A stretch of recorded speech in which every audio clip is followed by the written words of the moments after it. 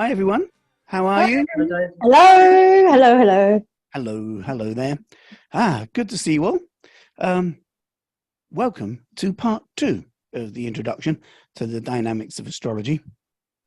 And today we're going to further explore this topic of astrologos in a gentle way, looking at astrology in a broad context of history. There were glimmers of that last time. And we'll also look at history through the lens of astrology. Now, at the end of the last class, we kind of found that the astrological birth chart, that symbol of life that's in the middle of the architecture of birth chart, represents time and space, spirit incarnated on earth, going through a journey of time.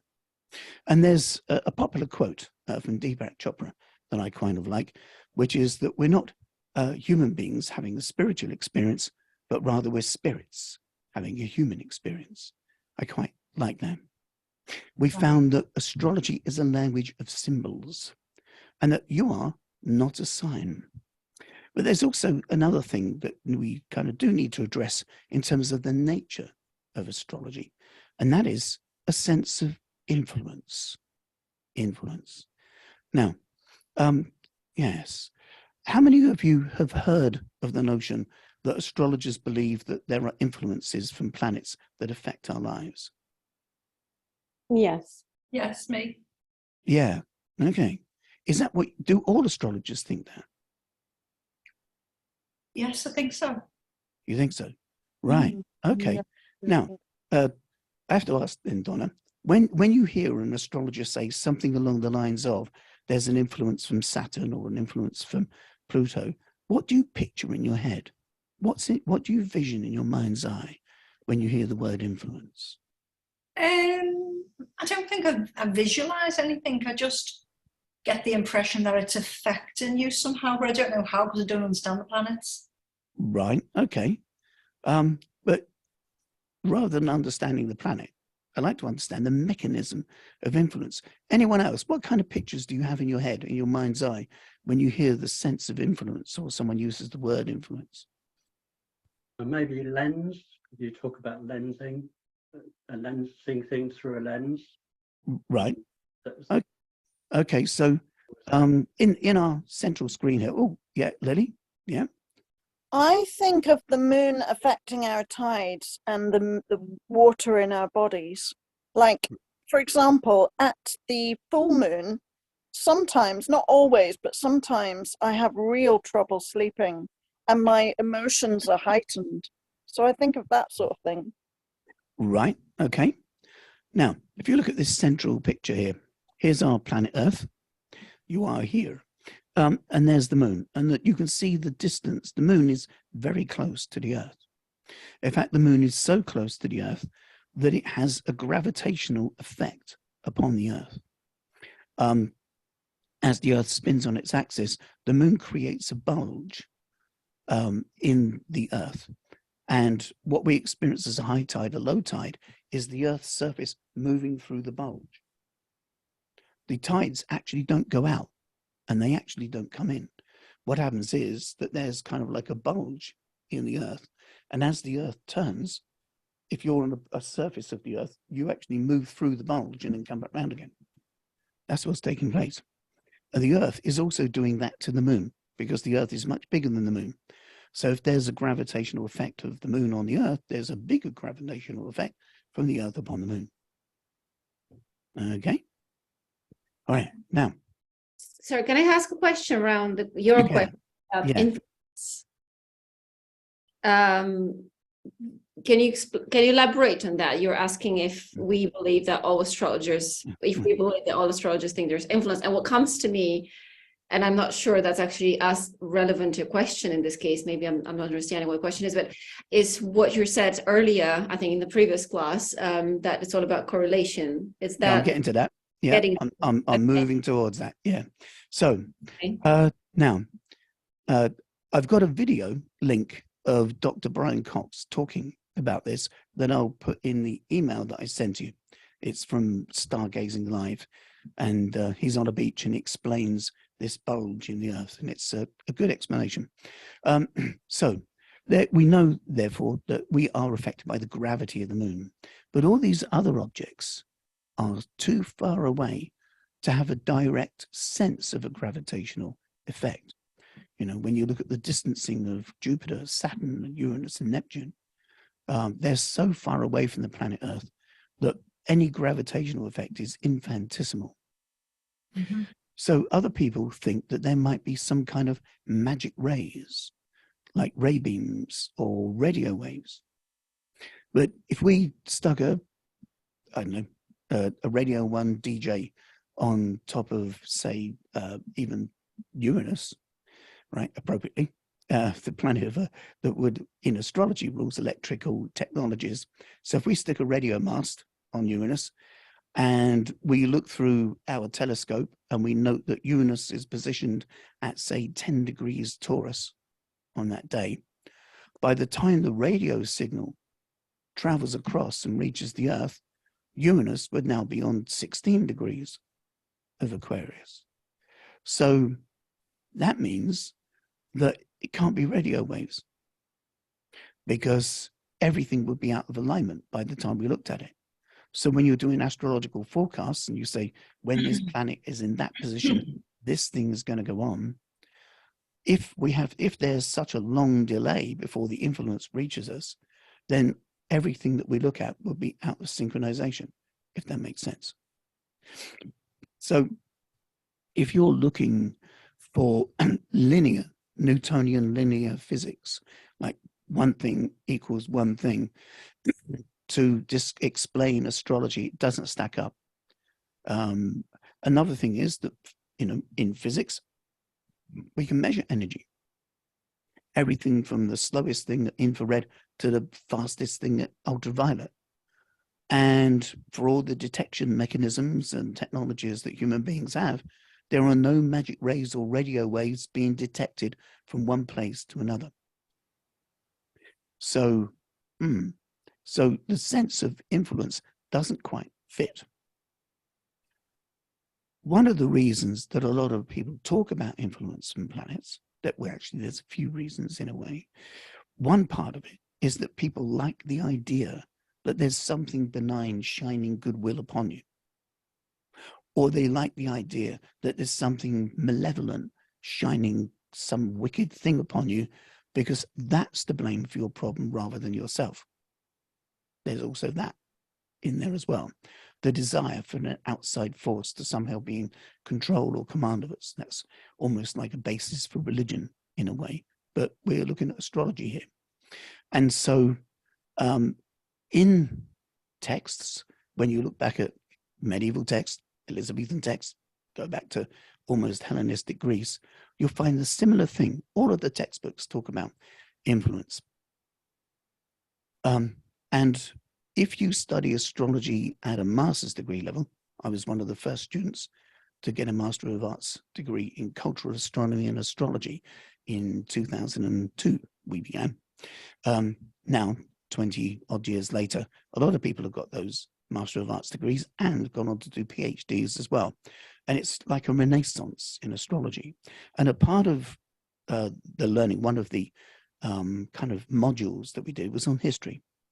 I didn't know anything really about the history of astrology before I started doing that MA, and it completely opened my world and made everything become more enriching, which is why I share a lot of that stuff with you in this course. So in this introduction course, you will be kind of learning things that only people at master's degree level know about, which is cool, right? Thank you. Yeah, oh, it's a pleasure, because it's fascinating.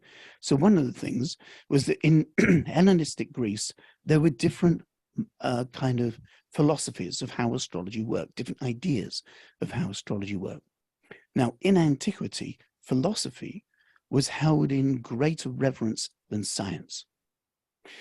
So yeah, as you know, I'm sure you know, that the word science comes from the Latin word scientia, which means knowledge. But philosophy is a combination of two Greek words. Philo means love, and Sophia was a goddess of wisdom. So quite literally, philosophy means the love of wisdom. And in philosophy, there are no rights and wrongs. In philosophy, there are just notions, and you have celebrated notions or notions that you agree with, or you have notions that you disagree with.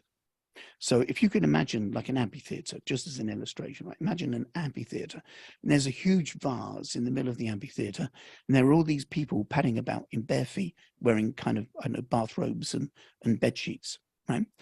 And one of them writes on a piece of paper, "The Earth is the center of the universe, and the sun and all planets revolve around the Earth." And they put that into the vase, and it's accepted.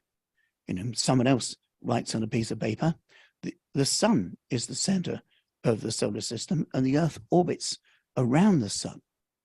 And they put that in the piece of paper into the vase in the middle. And someone else writes, you know, every other Wednesday, your head turns into a donkey. And they put it in the vase. And that's accepted as well, because everything is accepted in philosophy. And what happens then is a bit like a Twitter feed or maybe a Facebook profile, you get followers. And so an idea that has a lot of followers becomes the salient kind of idea of the day, the model of reality for its time. And the ideas that have fewer followers go into the backwaters of things. They become footnotes, and some of them just completely evaporate and fade away, and no one ever knows about them. So in philosophy, there isn't a fixed idea of reality. There are realities, and there's the one that you subscribe to or the ones that you don't. And that's a very right brain way of exploring and experiencing what we call reality. There's a wonderful book by a guy called Ian McGilchrist called The Master and His Emissary. The Master and His Emissary. And it's a book about the binodal brain, i.e. left and right hemisphere. And the book itself is carved in two. So the first half of the book is about the neuroscience and the anatomy of the two hemispheres of the brain. The second half of the book is a review of Western thought from academia to Freud through the lensing of the left and right brain. Hence the master and his emissary, the master being the right brain and the emissary being the left brain. So you could say that in antiquity, human beings discussed ideas and shared ideas chiefly through a right brain dynamic. And then that changed around the 15th, 16th century, and things became more left brain orientated. Okay? Still of value, just different hemisphere. All right. Now, in Hellenistic Greece, as well as the notion of, the idea of influence and magic rays was supported by Plato. And Plato had a pupil called Aristotle. And he supported Plato's idea. And Aristotle had a pupil called Alexander. And Alexander became the Great. And he invaded the entire known world at the time. I just get your head around that. The entire known world at the time. That's Europe, that's China, that's India, right? The Middle East. And so when the Greeks invaded Egypt, at a place called Alexandria, they built a great library. And this library had all the writings in the world held within it. It wasn't just like a municipal library, like you might think down the road in your town. This thing had 9 floors and 7 spas. It was an astonishing place, apparently. But it was filled with all the writings of the day, which essentially means pagan. The first Roman emperor to convert to Christianity was Queen Constantine. And he didn't like the idea of this big storehouse of pagan, heathen stuff just across the water in the Mediterranean. So he sent his forces, led by Julius Caesar, to burn down the library, which they duly did. Some of the manuscripts got rescued, and some of those belonged to the last curator of the Great Library of Alexandria, a chap called Claudius Ptolemy. And he wrote books on astrology, like the Almagest and Tetrabiblos, at about 100 AD. And these writings survived. They went into the Islamic world. The Islamic scholars added to the astrology until they started to be persecuted by their own priesthood, because what they were looking at wasn't Quranic. And then almost following the trade routes, the knowledge kind of then went back into Europe again, just before the Renaissance. In the 1600s, in Neoplatoism, when more manuscripts from Greece and Rome were being discovered, they found that there was another philosophy. This time, it was by some people called the Stoics, and they saw astrology as a matter of correlation and not as causality. So in the world of causality, the movement of Mars causes you to have a temper flare-up. In the realm of correlation, you have a temper flare-up because of annoyance, your nutrition, lack of bad sleep the other night, whatever it is, Boris on the TV again, whatever it is that causes you to become inflamed, right? And it just so happens that the position of Mars correlates it. So an easier way to think of it is, imagine that you're going to drive your car through a city that you've never been through before, right? And you've got a sat-nav in the car, or perhaps a map, but in a modern car, sat-nav. And the sat-nav doesn't build the city. The city is built by the great planners that came before you. The sat-nav also, at least at the moment, doesn't drive the car. You are the agency. You decide if you're going to stop or go. You decide if you're going to go left or right, or forwards or backwards. All the sat-nav does is give you a map that correlates with the city that you're moving through. And you choose how you use the map. You choose how you use the territory. So if you think of a sat-nav as a planet doesn't make your life what it is. It's your biology, it's your genes, it's your epigenetics, it's the conditioning and scripting in your learning home environment. It's the nutritional quality that you have as a child. It's the socio-affective dynamic that you're born into. It's your social position, your economic position, your geographical position. It's your karmic path, the lessons you planned to have before you were born. It's the parents that you elected to have as a child and their parents that elected them, and back to the Big Bang, right? So there's an awful lot comes together in the moment to create a sense of I in the present notion that we have of life in our time. It just so happens that somehow, by synchronicity, that the astrology correlates with things. So I tend to see astrology as an art of correlation rather than as some kind of mechanism of destiny or machinery, because it's not about fate. This mapping system can enable us to kind of navigate our psyche. We can look at the high spots of ourselves, the low spots of ourselves. We can find ways of expressing different parts of ourselves in more fruitful, more dynamic, more creative expressions than we perhaps have been doing up until now. It's an astonishing tool of navigating the psyche if you see it that way. There's far more to it than just, Saturn's in your 11th house, sorry, but your friends are no good, right? That's not useful. But if Saturn's in your 11th house and you understand that it's one's own inhibitions that put up barriers before getting to know people, or it's understanding that we like to get to know someone slowly over time, and we need time to warm up to people. And so the brash, impetuous people don't suit us. And then suddenly you find a sense of self-acceptance. If you've got Saturn in the 11th house and you like friends who kind of warm up gently, that's fine. There's nothing wrong with that. There isn't a law that says you have to make friends instantly. That only exists in the minds of the people who like to make friends instantly, right?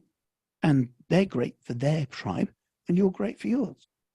Much easier to understand yourself when you've got some kind of language to articulate yourself with.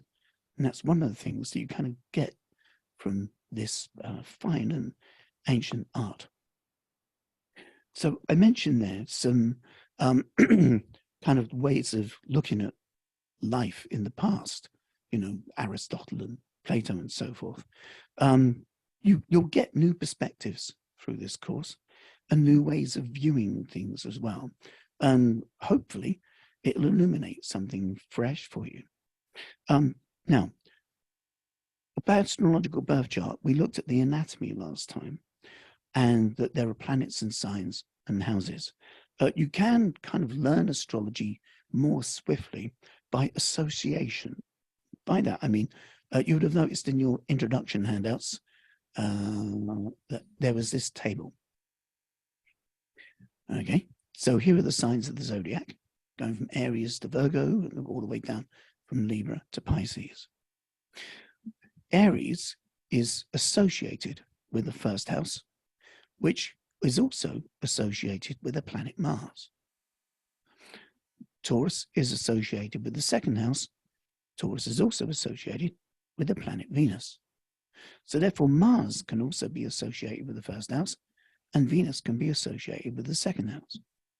So you'll find, as we learn about the signs, planets, the houses, that some people will understand planets very, very quickly.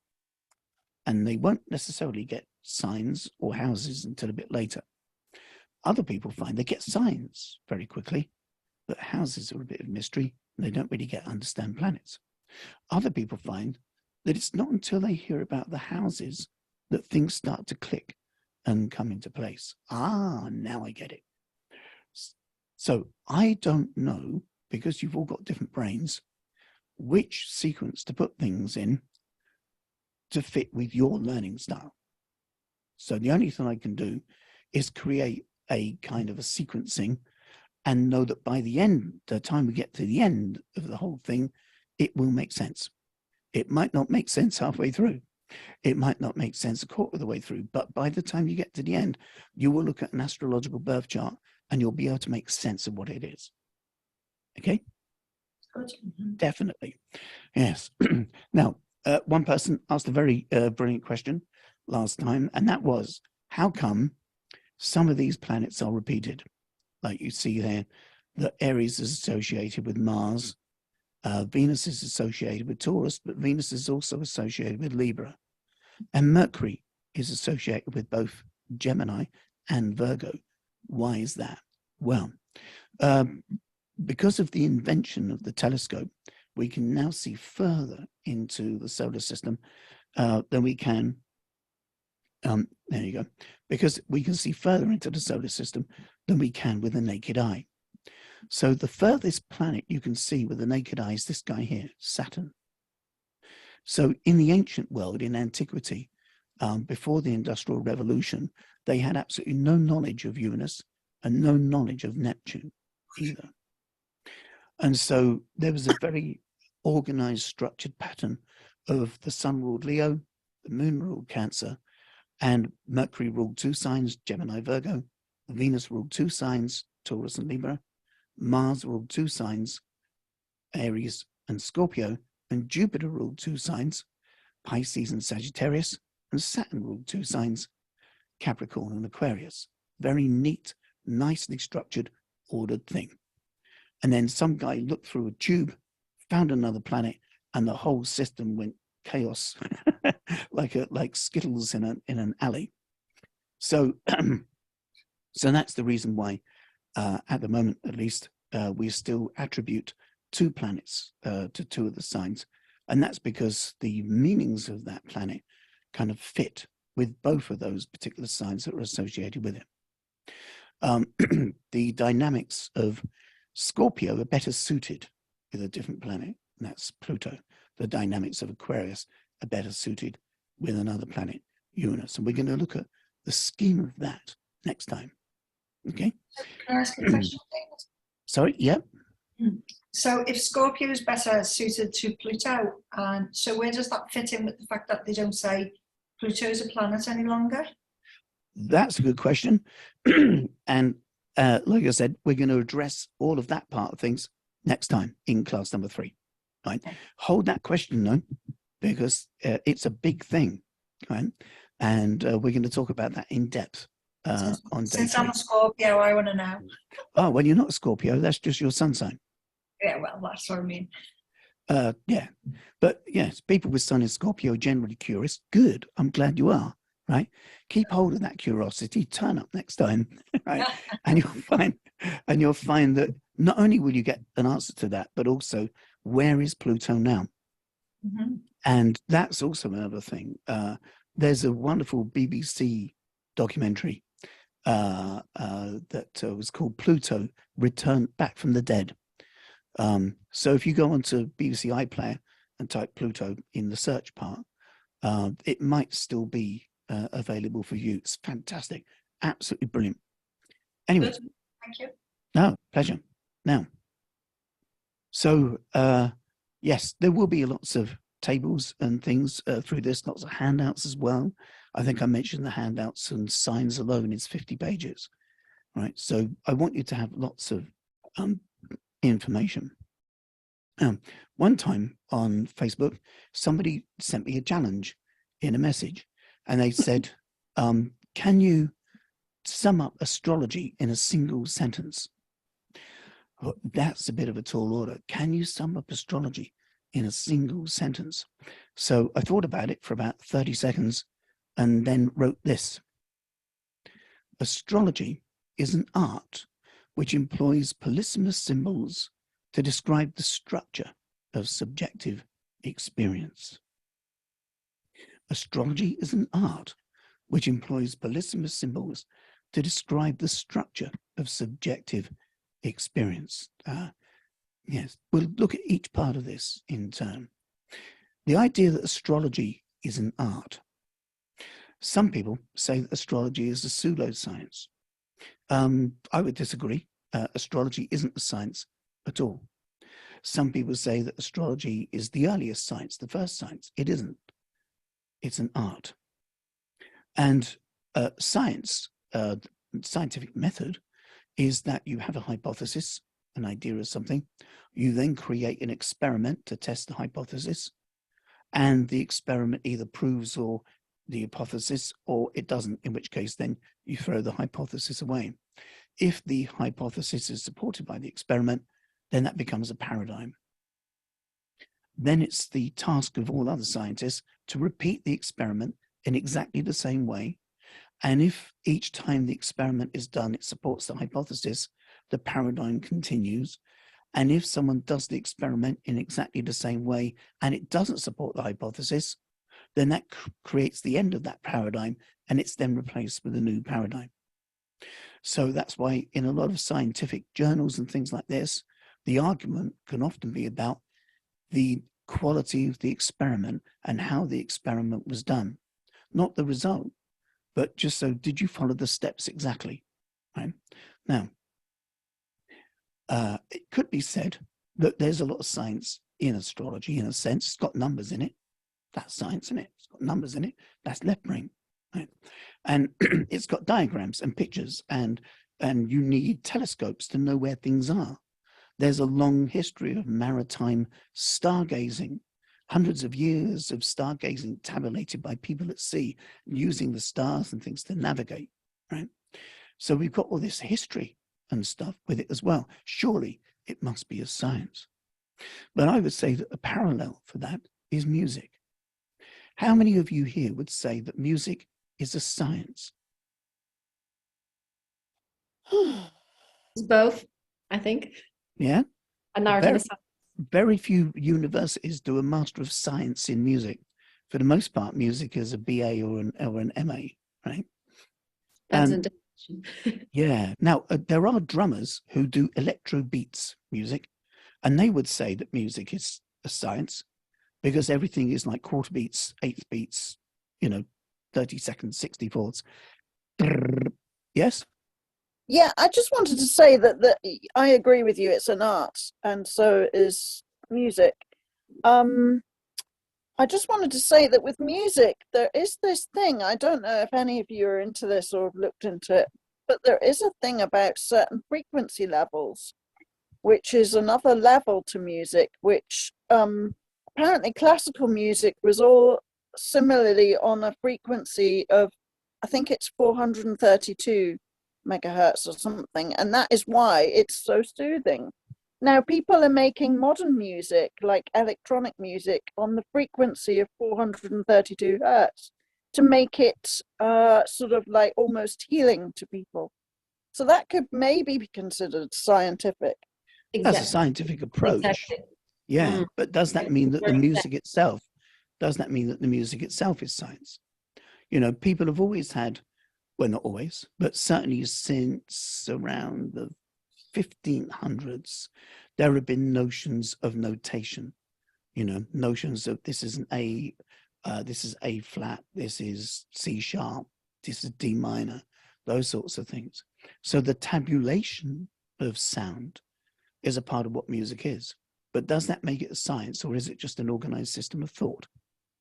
Well, there's a mathematical relation. To me, it's a science as well, because there's a mathematical relationship between every note and every seminode. Well, And yes, you're right. that's what I think makes it a science.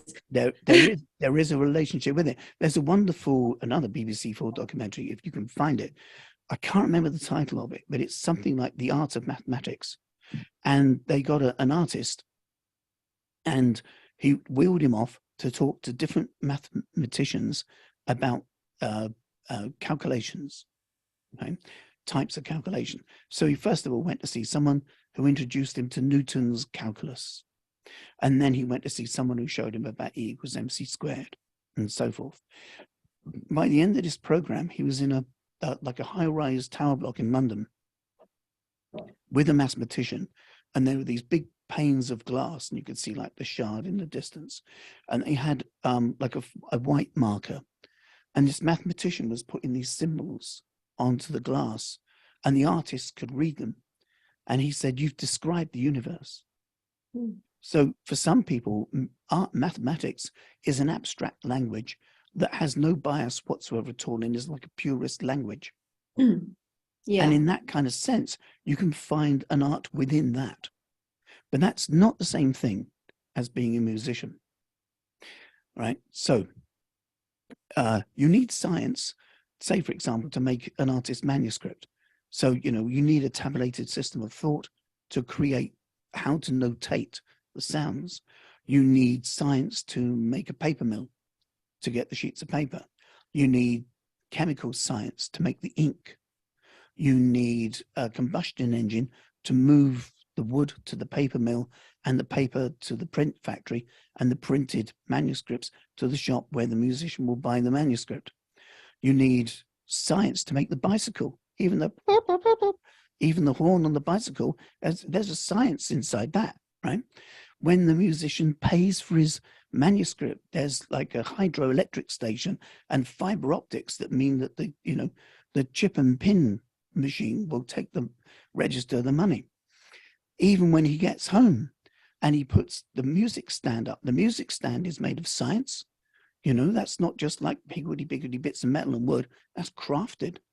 You know, doesn't blow over in the wind when he's playing outside, no concert Glastonbury, right? He gets the music out, he puts that on the manuscript, he opens a case, that's manufactured. That's not just a higgledy-piggledy shape. That case is designed. There's science in that. There's science in the lock. There's science in the key. Find science There's then. science in the combination lock of the music case. When he takes out the violin, the amount of technology in that violin, the wood, the shape, the sound hole, the vibrancy, the resonance of that violin. He gets the bow. I know someone who makes violin bows. Takes him 3 days to make one bow by hand, right? He says it's an art, but there's a science in there as well. And all of that science coalesces and comes together in that moment. But as soon as the violinist touches the strings with the bow, the science ends and the art begins. And we know this because you can get Vivaldi's Four Seasons and put that on a music stand in front of 10 different violinists, and they will all interpret the dots differently. Kennedy's interpretation of Vivaldi's Four Seasons is the most celebrated. If music was a science, every single musician would play every manuscript in exactly the same way, like an automated machine. But when human beings interpret music differently, and it comes out different, even if they're playing the same song using the same kind of instrument, that, you know, you can watch kind of Dwayne Eddy go doing, diddy doing, diddy doing on an early electric guitar, right? You can watch the beat, you can see George Harrison going ding, ding, ding, in an early Beatles song. Then you switch to Jimi Hendrix and something changes, right? There's something about watching that man that was totally off the planet compared to everything that came before it. right? And yet it's just a guitar like the other guitars. What's the difference between a Fender Telecaster or Stratocaster that's being played by Hank Marvin in the Shadows and the same Fender Stratocaster that's being played by Jimi Hendrix a few years later? You know, it's not just the equipment. There's something about the spirit of the individual, the musician, the agency of the music is in the person, not in the dots on a page or the way the keys are, you know, played out on the piano. That's the science that makes the instrumentation. It's the science that makes the object that's going to be read. But the reading of the object is a human thing. And that's what astrology is like. You need science to create the chart. You need science to print it. You need science to look at it on a screen. You need science to have Zoom calls where we can talk about charts. But the actual action of reading it is done by this thing here. The astrology is inside the skull of the astrologer. And because astrologers keep changing, you know, when I first did a life reading in 1991, I did it in 2 hours. If I do a life reading now, it takes 90 hours. That's because I learned more and I can see more in a chart. You know, I explained to one person by saying, imagine that you're going into a great old library, like something you'd find in Lord of the Rings and Gondor or something, right? And you go down the steps with your candle and you go into the dusty old room at the end of the corridor. And there's a large table in the middle and there's a book that's like, you know, this big by that thick. And it's so old, its cover is almost made of wood, let alone paper, card. And it says, etched on the front of it, the Book of Life. So you open it, and straight away on a page, you see a massive letter T. And you turn the page, and there's a massive letter H. You turn the page again, and there's a huge letter E filling the whole page. So then you close the book, and you go off and do some learning. And then after a while, after you've done some learning, you come back and you approach the Book of Life again, and you open the book, and the font has shrunk. And so on the first page, you see the word the, and you turn the page, and now you see the word book. You turn the page, and you see the word of.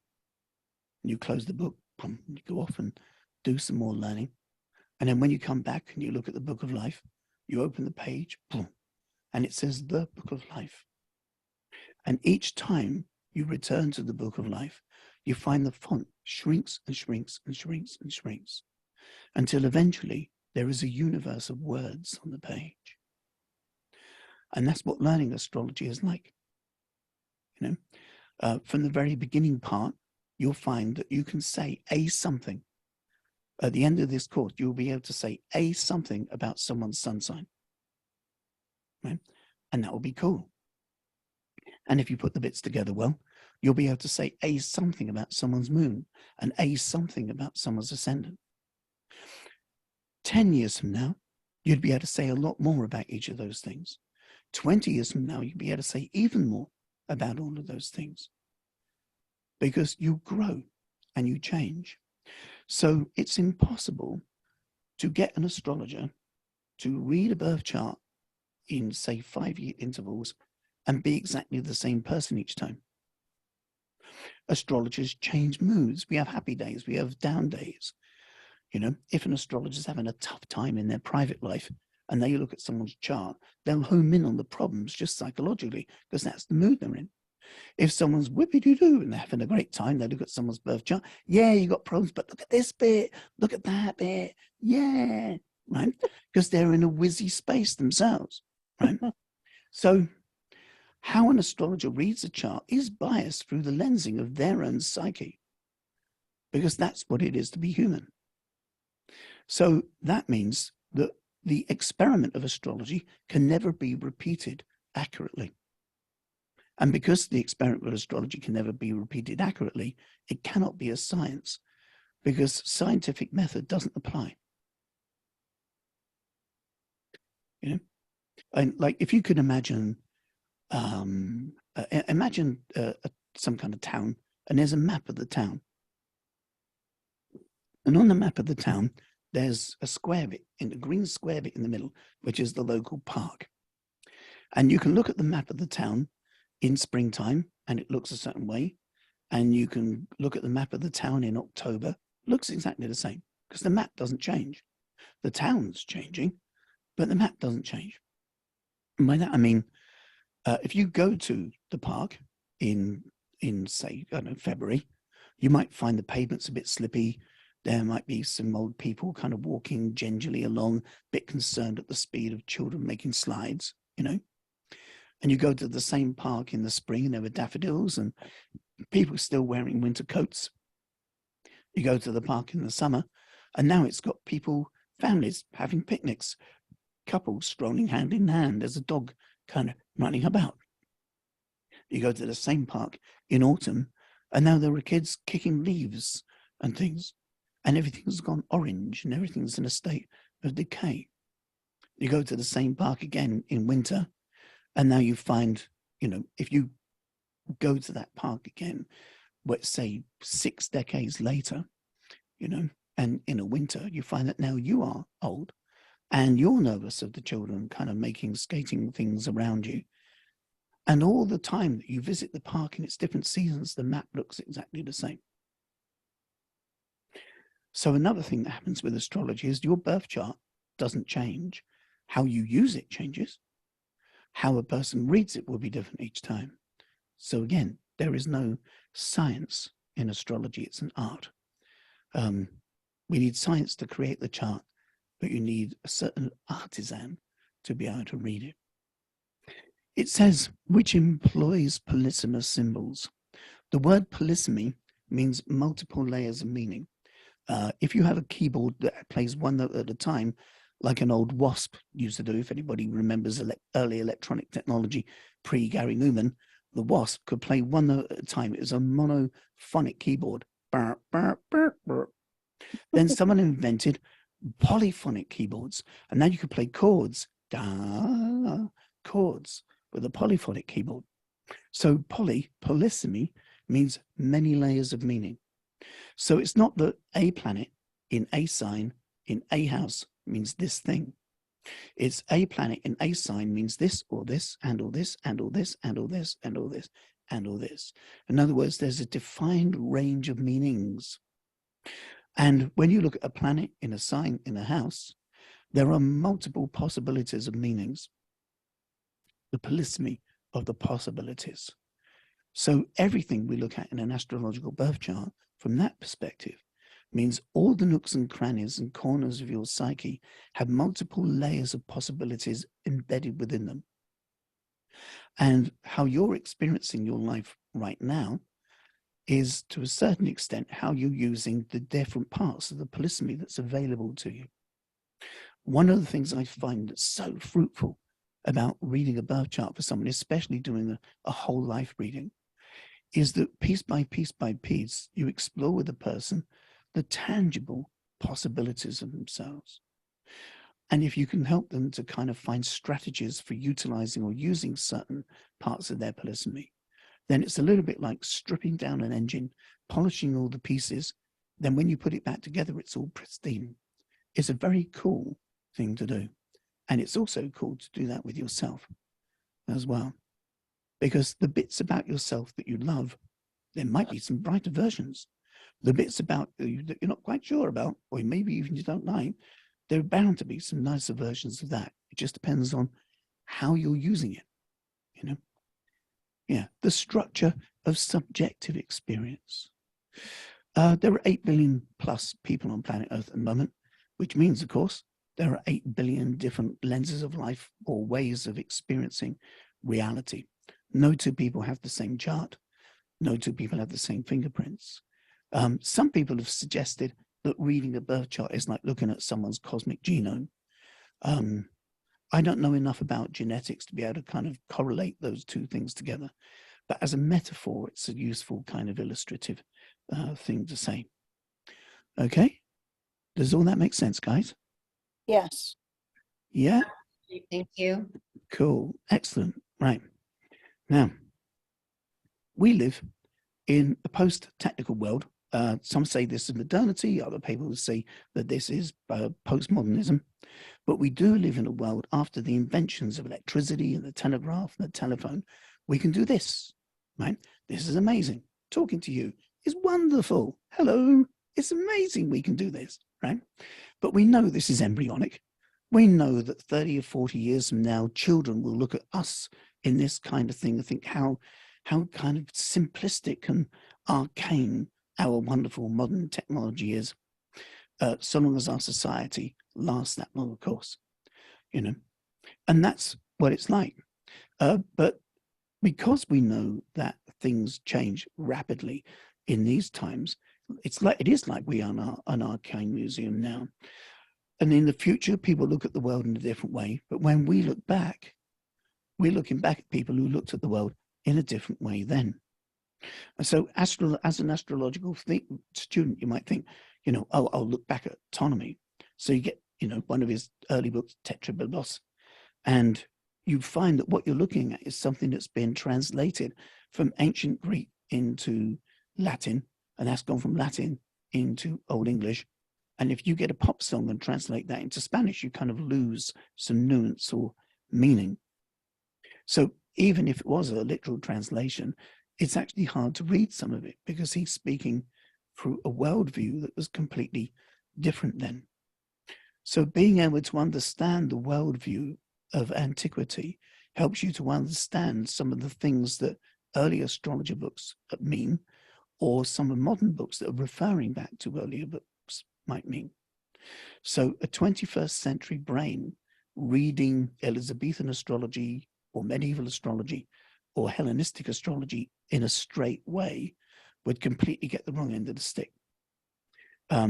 Which is why next time we're going to look at some of the history of this stuff to kind of help you to kind of be more familiar with these things. Now, one thing is that in medieval astrology, they often viewed planets as agencies, like personalities. There are some people who have Catholic backgrounds that find astrology easy to kind of follow, because you've got a saint who's an ambassador of God, and then you've got a planet that's an ambassador of the divine. So you've got this kind of saint-planet interchange thing. They're all parts of a unified whole. So in medieval times, some people view planets as agencies, personalities, ambassadors of God, if you like. You could talk to them. You could have dialogue with them. You could appeal with them. You could write music in the spirit of them and invoke them. You could negotiate your fate with them. And they saw rulerships like kings having a dominion over an area of life or the world. And that's why in astrology language, it's said that there are certain rulerships. The sun rules Leo, the moon rules Cancer, for example.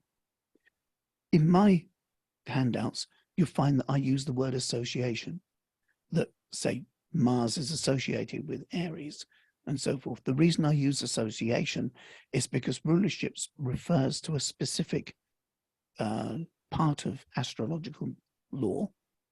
And so if you use the word rulerships out of context with that, then you're kind of being misattuned to the art, right? So rulerships is a designated particular structure. So that's why I use the word association, so it doesn't all get kind of confused. But we now have depth, do we not? We can look at a flat surface and represent three-dimensional space. It's fantastic, but people couldn't always do that. If you look at medieval woodcuts, if you look at hieroglyphs, they're all represented as flat, kind of 3D. So this suggests that there's something in man's consciousness that has changed over time, that we now have the ability to see within things. When you look at certain medieval texts, even Elizabethan texts, the way that people are described in astrology is as if the astrologer is some kind of cosmic zoologist looking at a specimen. Aha, this kind of person, he moves like this and says these things, right? This kind of person likes to eat asparagus on Sundays, right? Characterization. Post-Freud, now we can look inside. The astrology that's written from 1930 onwards appeals and looks to the inner world of a person. So medieval astrology would say that a person is stuck with their fate of being the character that they are.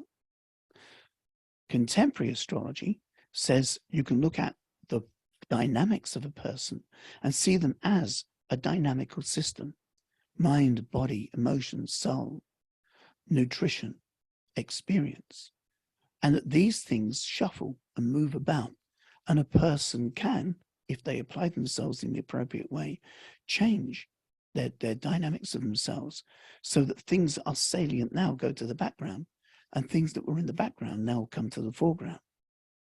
Psychosocial studies says the same thing with social identity theory. That's something we'll chat about near the end of the course. So this astrology is a language of symbols, and they describe subjective experience from where we are and when we are and how we are.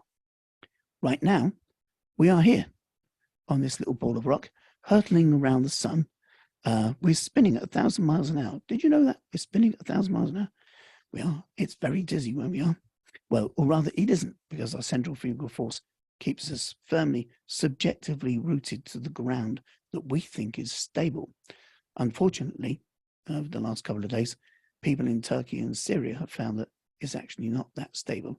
And we're living on the illusion of a flat plane that is solid, but in actual fact, it's a biscuit that's moving about on a molten ball. And sadly, some people forget that, and they live on these fault lines without moving away from them. Yes, we're orbiting this star at around 67,000 miles an hour, just to give you some perspective. Now, in the handouts, you would have got a book list. Has anybody had a chance to look at the book list? Yes. Yeah, cool. Yeah. Good. The reason, yes? Oh, I can't hear you, Lily. Your microphone's off.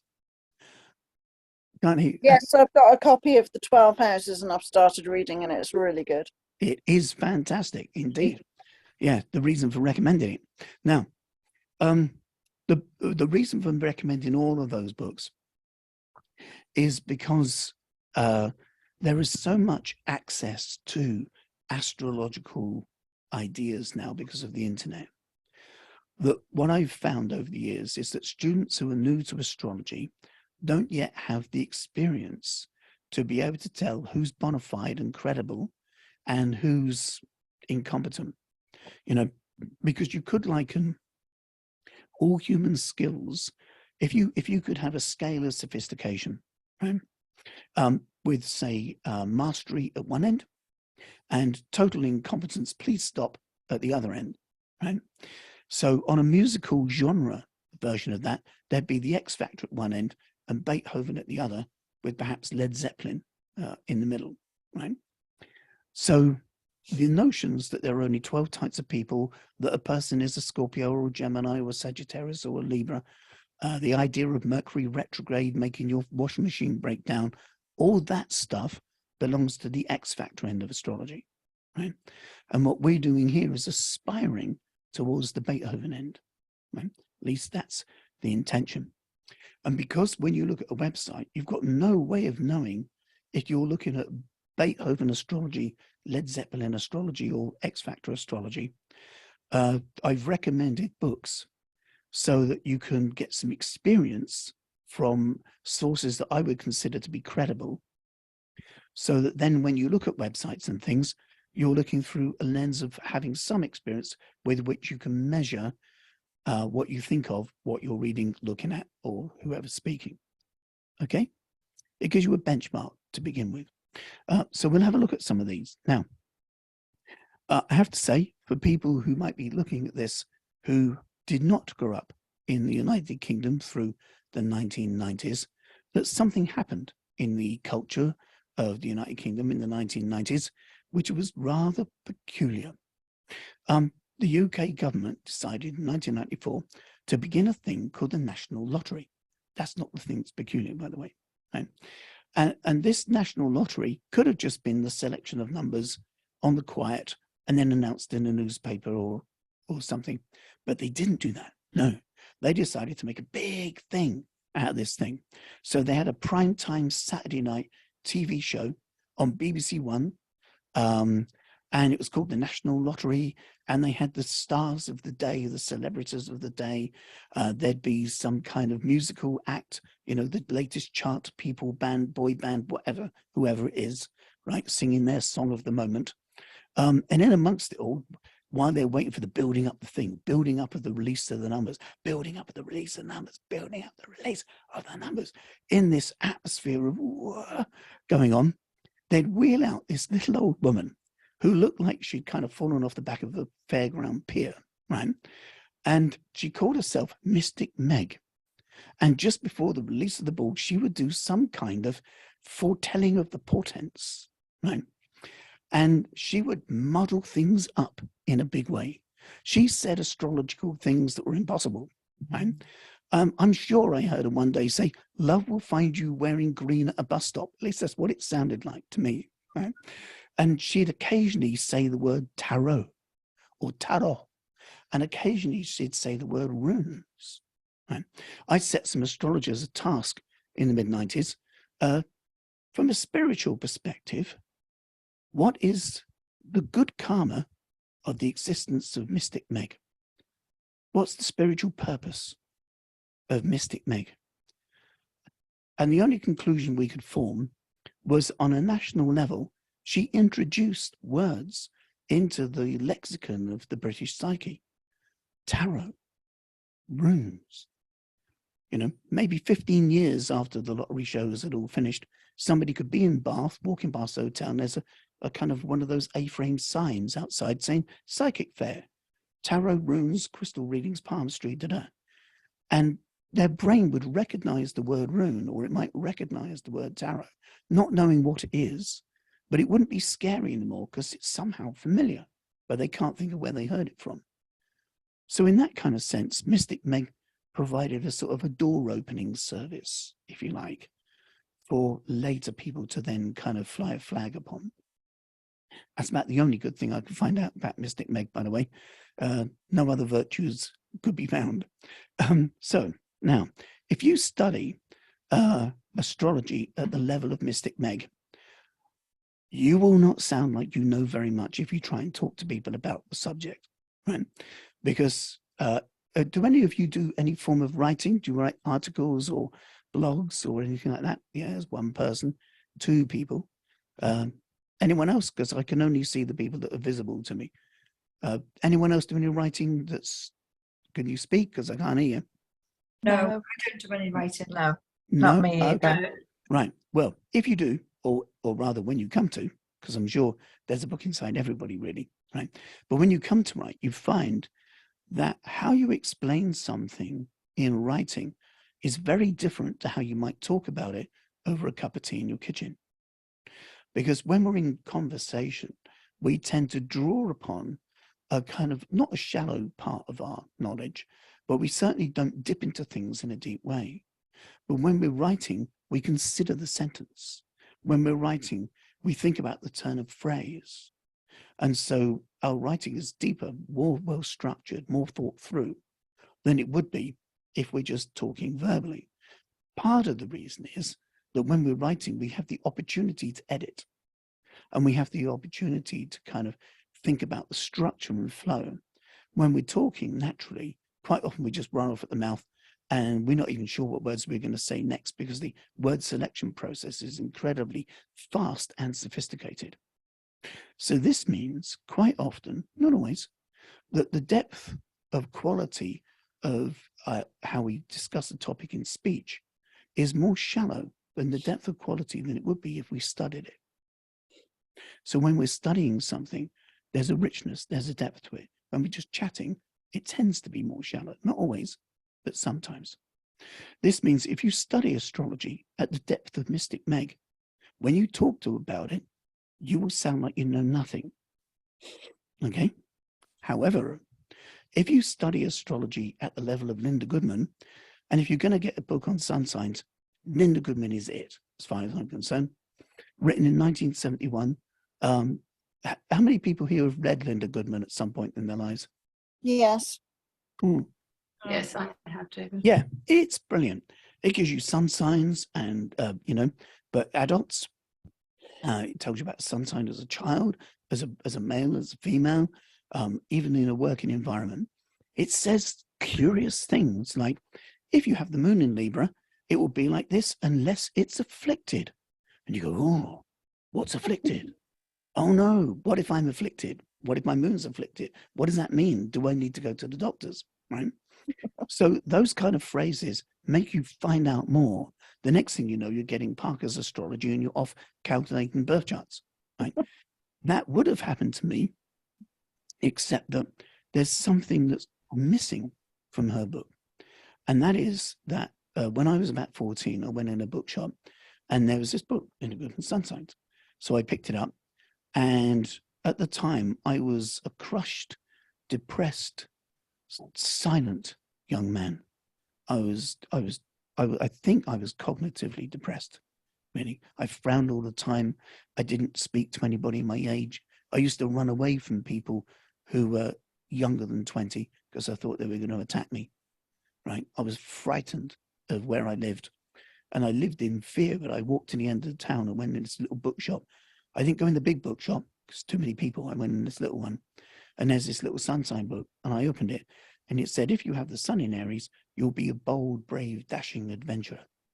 And I wasn't. I was a frightened person who was terrified of bullies at school. Now, if you think of the sun as a symbol, right, just pedal back, you look at that thing. This is a huge, big object, much, much bigger than all the planets in the solar system. However, it isn't always powerful, is it?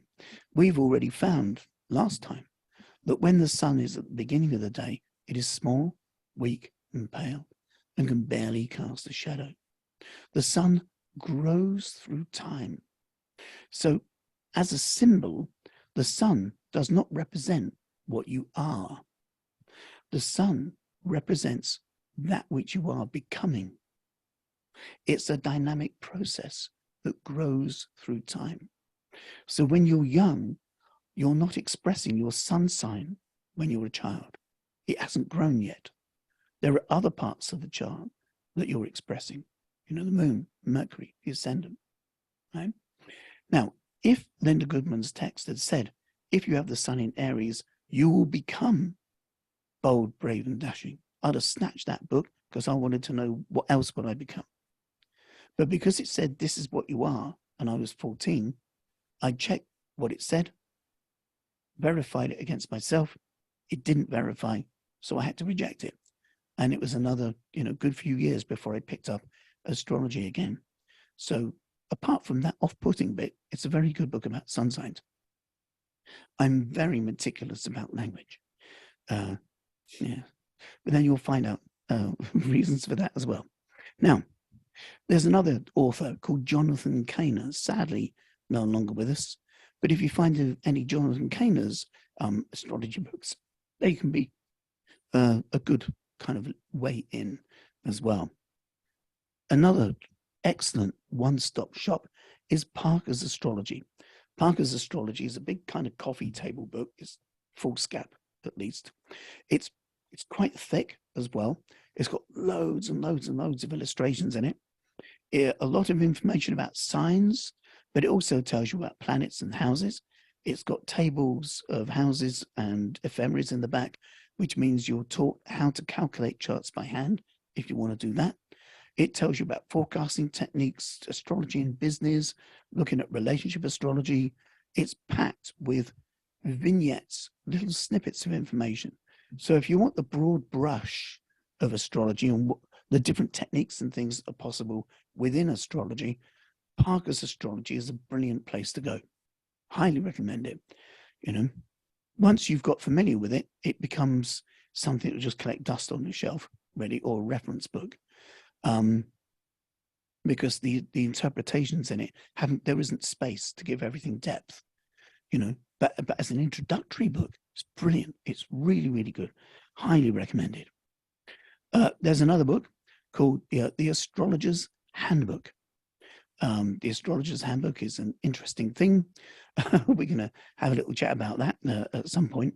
The Astrologer's Handbook came out in 1971, and it was lauded in its day because it has 1,000 aspect interpretations in it, which is a lot, right? So as a quick look up interpretation book, the Astrologer's Handbook is okay. But like I said, we're going to have a little chat about that shortly. If you study at the level of Parker's and the Astrologer's Handbook, when you speak verbally, you'll sound like Linda Goodman and Jonathan Kano. If you study Liz Green and Rob Hand, you'll sound like Parker's when you speak. Liz Green was a Jungian analyst who set up the Centre for Psychological Astrology, the CPA, with Howard Susportis in London in about 1983-84. Howard Susportis sadly died towards the end of the 80s, and the CPA is still going. Liz Green was a guest lecturer in the first year of my MA, and then I sat in through the whole program again, and the second time round she took the whole psychological module. Yeah, sometimes she's called the Whispering Goddess, because at conferences she speaks very quietly when she's delivering her papers, and everyone has to be quiet and listen, otherwise you miss everything. Rob Hand is a wonderful American astrologer. He wrote a book called Planets in Transit, along with others like Planets in Composite and Planets in Childhood. If you ever look online and you want to know, I've got a transit like, I know, Saturn square my moon, what does that mean? Quite often you'll find that the text is lifted out of Rob Hand's Planets in Transit. So it's become like the stopping point for the meanings of transits. It's excellently written as well. I mentioned last time he's gone on to form a thing called Project Hindsight. So I mentioned Aristotle and Plato and things. In antiquity, if you look at ancient Greece, their philosophies are completely rippled through with their cosmology. You can't separate the cosmology from the philosophy. And that's one thing that annoys scholars, because everything they look at in ancient Greece, the astrology is there, you know.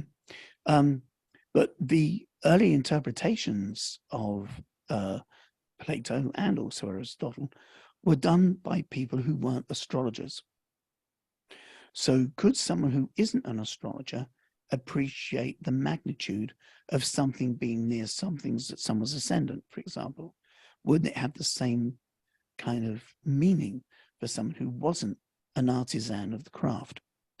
So Robert Zola, Rob Hand, and others took themselves off to colleges and taught themselves to read and write Greek and Latin as well, so they could reinterpret these original texts into English from an astrologer's perspective.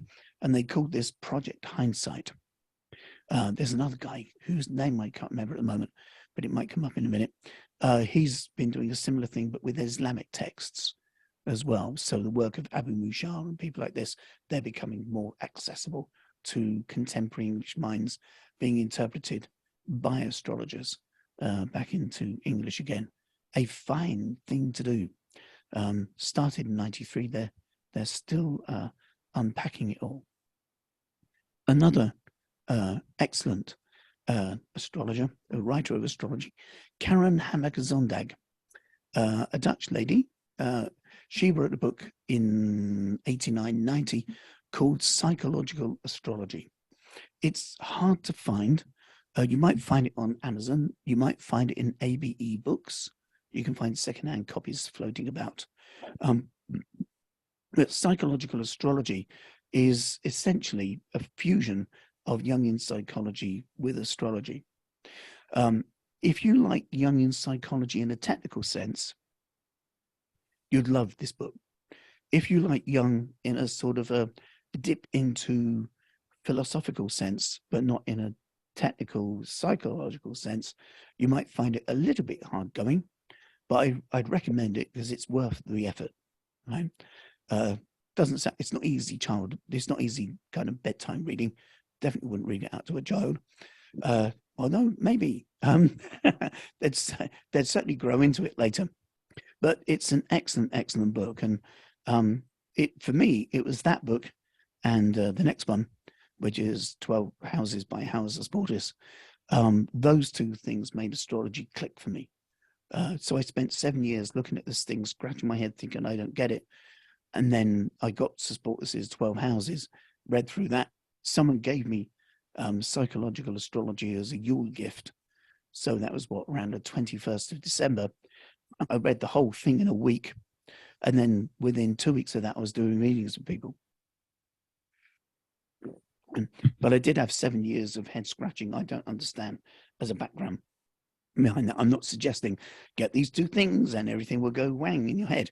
If you've got some of the other stuff in there as well, then it kind of makes it easier. There's another author, Martin Schulman. Martin Schulman was a theosophist. I say was, I'm assuming he's not around now. But he was a theosophist and an astrologer, and he kind of lent towards Jungian ideas as well. He wrote some books which I think are quite phenomenal, really. One of them was like a set of 4 called Karmic Astrology, volumes 1, 2, 3, and 4. The first volume looks at the north nodes of the moon. The second volume looks at planets that are retrograde in a birth chart. The third volume looks at the part of fortune. And the fourth volume is what he calls the karma of the now.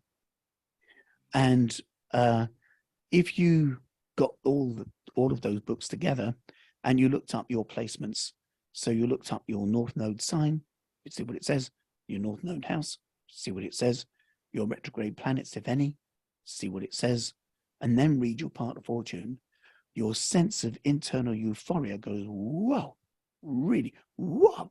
It's like epiphanies, revelation. Yeah, wow, the door of possibility opens in your head. It's just like, whoa. If you only read the nodes on their own and stop, you feel flat as a pancake and you've been criticized and you go into a bit of a grump because it's just step 1 of a process. Or if you mean the middle bit or the end bit and you don't do the first bit, you've missed out on the sequence. Lily? Yeah? Yeah, I have an interest in dating and romantic relationships. I'm just wondering, do you think Linda Goodman's love signs, or is there something else you would recommend? There's certainly some other things I'd recommend. For one thing, the love sign thing is just about sun signs, which is saying, oh, this person's shoe, they've got a shoe and this person's got a hat, so they're compatible. But that doesn't tell you anything about the person. So the sun, neither does the sun sign. But Linda Goodman, there's a process in astrology called synastry. Synastry is where you look at the one person's birth chart, you look at another person's birth chart, and you calculate the dynamics between them. And the dynamics between them give you a picture of the alchemy of what lays between that person and the other, where there's harmony, where there's friction, where there's obstacles, where there is solutions. You can look at exactly what the communication skills will be like between two people, where their values meet, where their beliefs meet, etc. Right? Because you can have person A with 10 individuals. Person A might get on really well with individual number 1. Person number 2 doesn't like person A at all. Person 3 loves person A. Person 4 can't stand person A. Person A is just staying the same. But how they relate with different people will depend on the individual personality and karma, etc., of all the individuals, right? So to say that these people are from Sheffield, they always fall in love with people from Birmingham, no, they don't. So to say that all Scorpios get on well with Tauruses, no, they don't, because their moon signs are different, their Mercury signs are different, their Mars is in a different place. And what if someone's Saturn is square someone's moon, right? So it's only when you look at the whole individual with the whole other individual that you can get a clear, articulate sense of the entire range of the dynamics between them. Hold on, I haven't finished. I'm leading something. Right. Tell me, ask in a second. So Linda Goodman didn't just write love signs. She also wrote a book of synastry interpretations. Here we go. This is called, oh, hold on. That's relationship signs. Yep. Linda Goodman, relationship signs. And that's her synastry book. Thank you. Okay. Yeah. However, the best synastry book is Schulman, Karmic Relationships. Wow. This is What's the author? I can't quite see the author. Martin Schulman. Schulman, right, got it. Okay, thank you. Yeah. In fact, just anything Martin Schulman, grab it. Martin Schulman's books used to be published by a company called Wiser. You always knew it as a Wiser book because on the spine there'd be a little ankh, an Egyptian ankh was their motif. And Wiser, Mr. Wiser died around 2013-ish. And the family took over the publishing house, but the family are Christians. So they stopped publication of all Schulman's stuff because they don't like astrology. So, yeah. One very quick question. Another astrologer said this to me. They said, if you want to do very basic, romantic partnership reading, you need to concentrate on the main three. So in the sun sign, the moon sign, and the rising. Do you think I would say, who on earth would want to be irresponsible enough to do basic things when you're meddling with people's lives? Seriously, seriously. Okay. You know, you can misdirect someone and they can end up being in a trapped relationship for 25 years. You could misdirect someone and they lose the opportunity of finding a love that could grow. Yes. If you don't do an exacting, deep, competent job, what's the point? Is my response to that, which is why I do everything in depth. I don't get the shallow thing. I think the shallow thing is dangerous. Right. You know, see, one of the things about interpretation with astrology is that astrologers are listened to differently, right? If you're in a shop queue, right, and someone in the queue says to you, "You're going to have a lovely day on Wednesday," you think, "Who's this crazy nutter?" Right? But if you went to see someone and they had magic symbols, shuffle the cards, my dear. Pick out the rune. Yeah, let's look at the wheel. Whoa, magic symbols. And you don't know what the magic symbols mean, but they say they do. And they tell you things that the magic symbols say. You don't listen with your ordinary ears. You don't listen with the same sense as the idiot in the shop queue saying, "Oh, you're lucky on Wednesday." You don't listen with the same ears.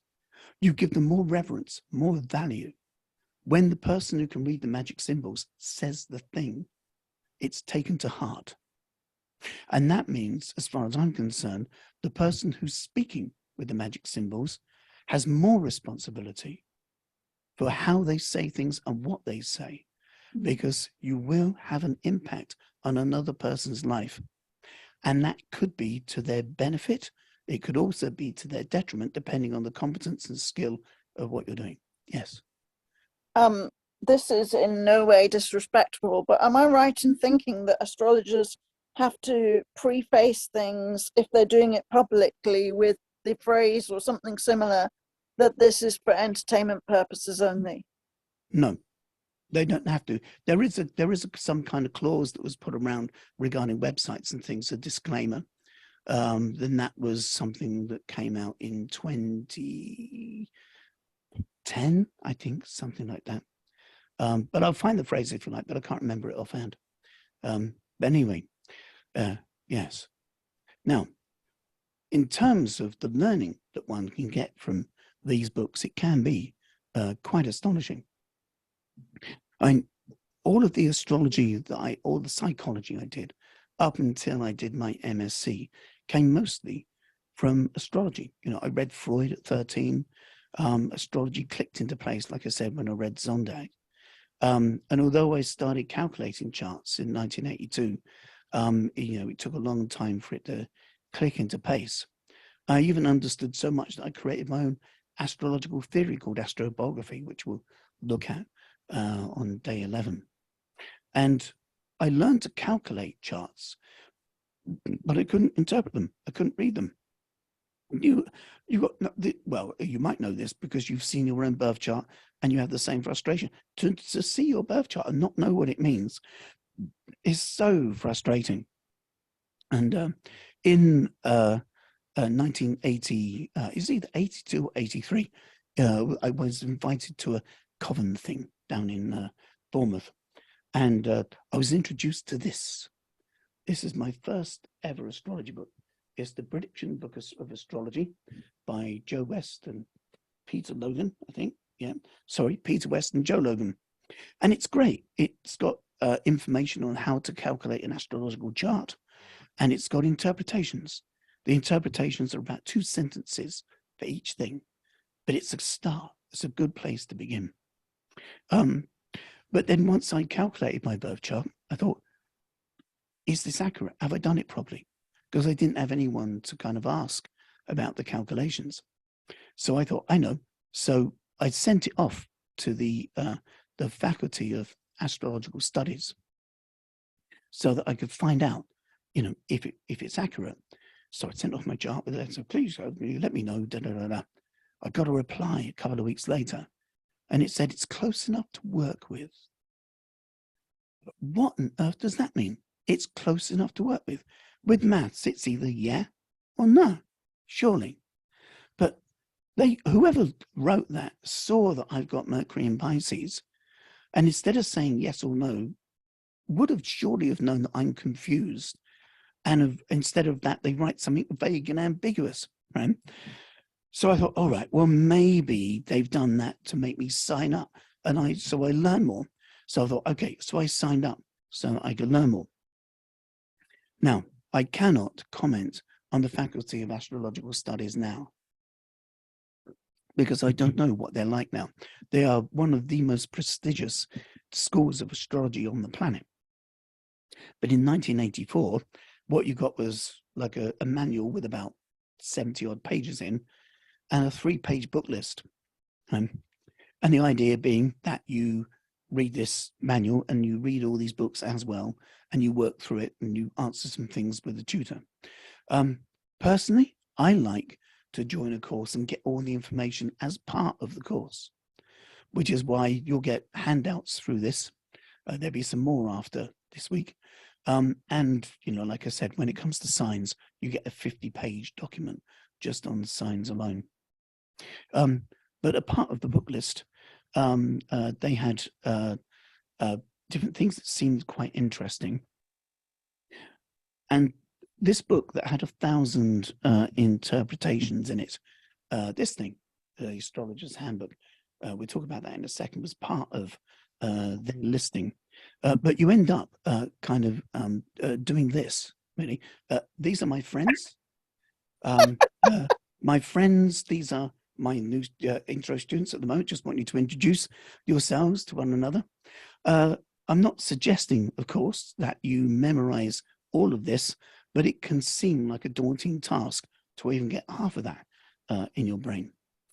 Luckily, there are 2 ways of learning astrology, and you have a choice. You can learn astrology by memorizing that lot, right? Or you can learn astrology by understanding it. Understanding it. Now, what most people do when they get astrology, they get an interpretation book like this one, right? And they look up their placements.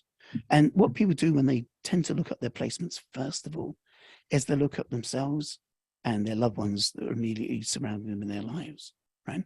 So you look up your sun in the house. Oh, sun in the 4th house means da da da da da. Yeah, it does. I am like that. So then mum's got sun in that house. We'll look up that house. Oh, so that's why mum's like that. That makes sense. And you start doing that, right? By the time you're kind of looking at Venus, you're only looking at your own. And then quickly look up your Mars. Oh, yeah, that's me. Quickly look up your Jupiter. Yeah, that's me. Quickly look up your Uranus. Oh, I am that. Yes. That's why I do that. And you're not looking at anyone else anymore. So one of the advantages of looking at things with people is that you have to, by politeness, look at their things too. And that makes your sense of awareness stretch and go further and further. But it is frustration if you can't read a chart, even when you got one. Some people take things a step further. They get an astrological software. And with astrological software, you get interpretations inside the software. Now, as you know, a computer program is only as good as the programmer. Right? So the interpretations that are put into Astro software have a certain quality or caliber. Right? And what some people have done is, because they're computer software people, but they're not necessarily astrologers, they get something like this, and they just put this into the program. So just going to show you something. There was an astrologer in around 1850 called Alan Leo, and Alan Leo was a theosophist, and he had an idea. He said something about the nature of humanity, which was a complete reversal from what everyone had been thinking for 2,000 years. Because from ancient Greece right up until 1850, the fates were written by the gods. The gods wrote your fate, not you or anything else. It was the gods. And Alan Leo said, character is destiny. Character is destiny, not the gods, not fate, but character. What a thing to say. And he had a way of delivering astrology, which was kind of very unique for its day. He had teams of writers, and he would write out Sun in Taurus and hand it to someone, and these people would copy it out with carbon paper and things. Sun, if you have Sun in Taurus, paragraph. And then he'd write out the Sun in the 6th house, the Sun in the 7th house, the Sun in the 8th house, etc., all the way through all the planets and signs. So if you went in to have a birth chart, you'd say, oh, here's my data. And they'd go, right, Sun in Leo there, Sun in the 11th house there, clip those together. Moon in Gemini, right, Moon in the 11th house, right, clip those together. Then you'd be given copies of these pre-written sheets with their pre-written descriptions, and that would be your birth chart. Nice, easy, quick way of doing things. So the only thing with that is, oops, wrong direction. This is my chart again. Now you'll notice that in my astrological birth chart, there are no planets here in the 1st house. There are no planets here in the 5th house, or in the 6th house, or in the 7th, or in the 10th. Now, in the Alan Leo way of doing things, by picking out the suns in this house, the suns in that place, the Mercury's in this house, Venus is in that house, it wouldn't tell you about the areas of life where there are no planets. I haven't got any planets in my 1st house. That means I don't have a personality, because the 1st house is the house of the persona. I got one.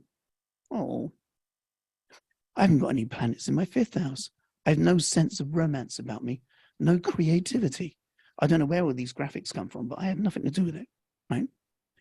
I don't have any planets in the 6th house of health and mind and body. I ain't got a body. That's why. I am a ghost. This is ghost astrology done without physical presence. It's rather amazing, etc. No, that's not the case. These houses have signs on the outside. I have Sagittarius and Leo in the 1st house. I have Aries and Taurus in the 5th house. I have Taurus and Gemini in the 6th house. There's something there. It's this round the outside. But Alan Leo's system didn't take that into account because it would be too much work to do. So a lot of people who program computers for us astro computers follow the Alan Leo model, so they're missing all this extraneous stuff as well. And at the moment, the only way you get the full picture is by speaking with a human astrologer. Yes, the inconvenience. Now, just to talk about these kind of cookbook interpretations for a moment. I mean, they can seem worthy, but there's also some problems, right? Let's say, for example, that someone was born with Venus square Neptune. Or to put it in another way, Venus being 90 degrees away from Neptune. To show you what that looks like in a chart, it looks like that. So this is the birth chart of the United Kingdom. How can a country have a birth chart? A country is not the land that you're standing on. A country is a political construct. The land is Earth. The country is the United Kingdom. It's a political thing, and that means it began on a certain day. And the United Kingdom and the Commonwealth was born on the 1st of January, 1801 at 1 minute past midnight. So in UK's chart, Venus is square the Neptune. Yes, but what does that mean? Let's just go back to our thing here. There's Venus square Neptune. So just imagine, right, that you've seen an advertisement on Facebook or something that you can get a copy of your astrological chart for £30. You think, oh, it's a bargain. So you send off your 30 quid, hoping that it's actually genuine and you will get your money's worth. And about 3 weeks later, you get this report come in the letterbox in a kind of a nice envelope with star patterns on the outside. So you know it's definitely from the astrologer. And it's Saturday morning and you're having breakfast with your family. Right? You're having breakfast with your family Saturday morning. And this thing comes and you say, oh, it's my astrology chart. And your children say, oh, let's have a look, mummy. What does it say? And your partner says, go on and tell us what this mumbo jumbo says. And, you know, you kind of fend off the cynicism. I say, well, okay. And you open the envelope and you open it randomly. And you happen to open it where it says Venus square Neptune. Okay. And you don't know what to expect. So you start reading it out. And it's what you read. This square causes emotional problems connected with the unconscious mind and the imagination. Okay. Bit deeper than love, love and loot. Since emotional and sexual problems may arise out of past experience that lies deep in the unconscious, this aspect has a karmic connotation. All of a sudden, you'll have your partner's covering the children's ears, and you're wondering, what's a karmic connotation? What does that mean? No explanation at all. No. Escapist tendencies may cause the natives to live in a fantasy world in order to avoid the harsher reality of life. That's not very complimentary, is it? This proclivity may be manifested in alcoholism or drug abuse. Suddenly your partner is already on to the lawyer, libel 1. These people are likely to bestow their affections unwisely, libel 2. There is danger of scandal through dubious relationships, financial involvements. Sex is generally the grounds for attack, libel 3. Marital happiness can be endangered by a lack of honesty and directness, libel 4. This imagination can create sexual imagery that inflames the passions. Now, I'm only halfway down, right? And that's already created like how many, yes. So you can look at astrology like that, or you can kind of, that's like looking at a person. Right? But just imagine that your attention is like a little drone camera. Right? And you can elevate your consciousness, the eye of your attention, and float it out of your skull and float out and down and into the skull of another person. And you can see through their eyes and hear through their ears and feel through their heart. And the symbols of the birth chart tell you how to see and how to feel and what to remember. And then look at the world. And then suddenly, instead of doing astrology like a cosmic zoologist looking at specimens, what you find yourself doing is using astrology to step into another person's world and then recount that person's world from the inside out. if a person has Venus square Neptune, just to break it down, Venus is a planet that is associated with love, but that also means love for the self, self-worth, stability, security. Venus is associated with 2 signs of the zodiac.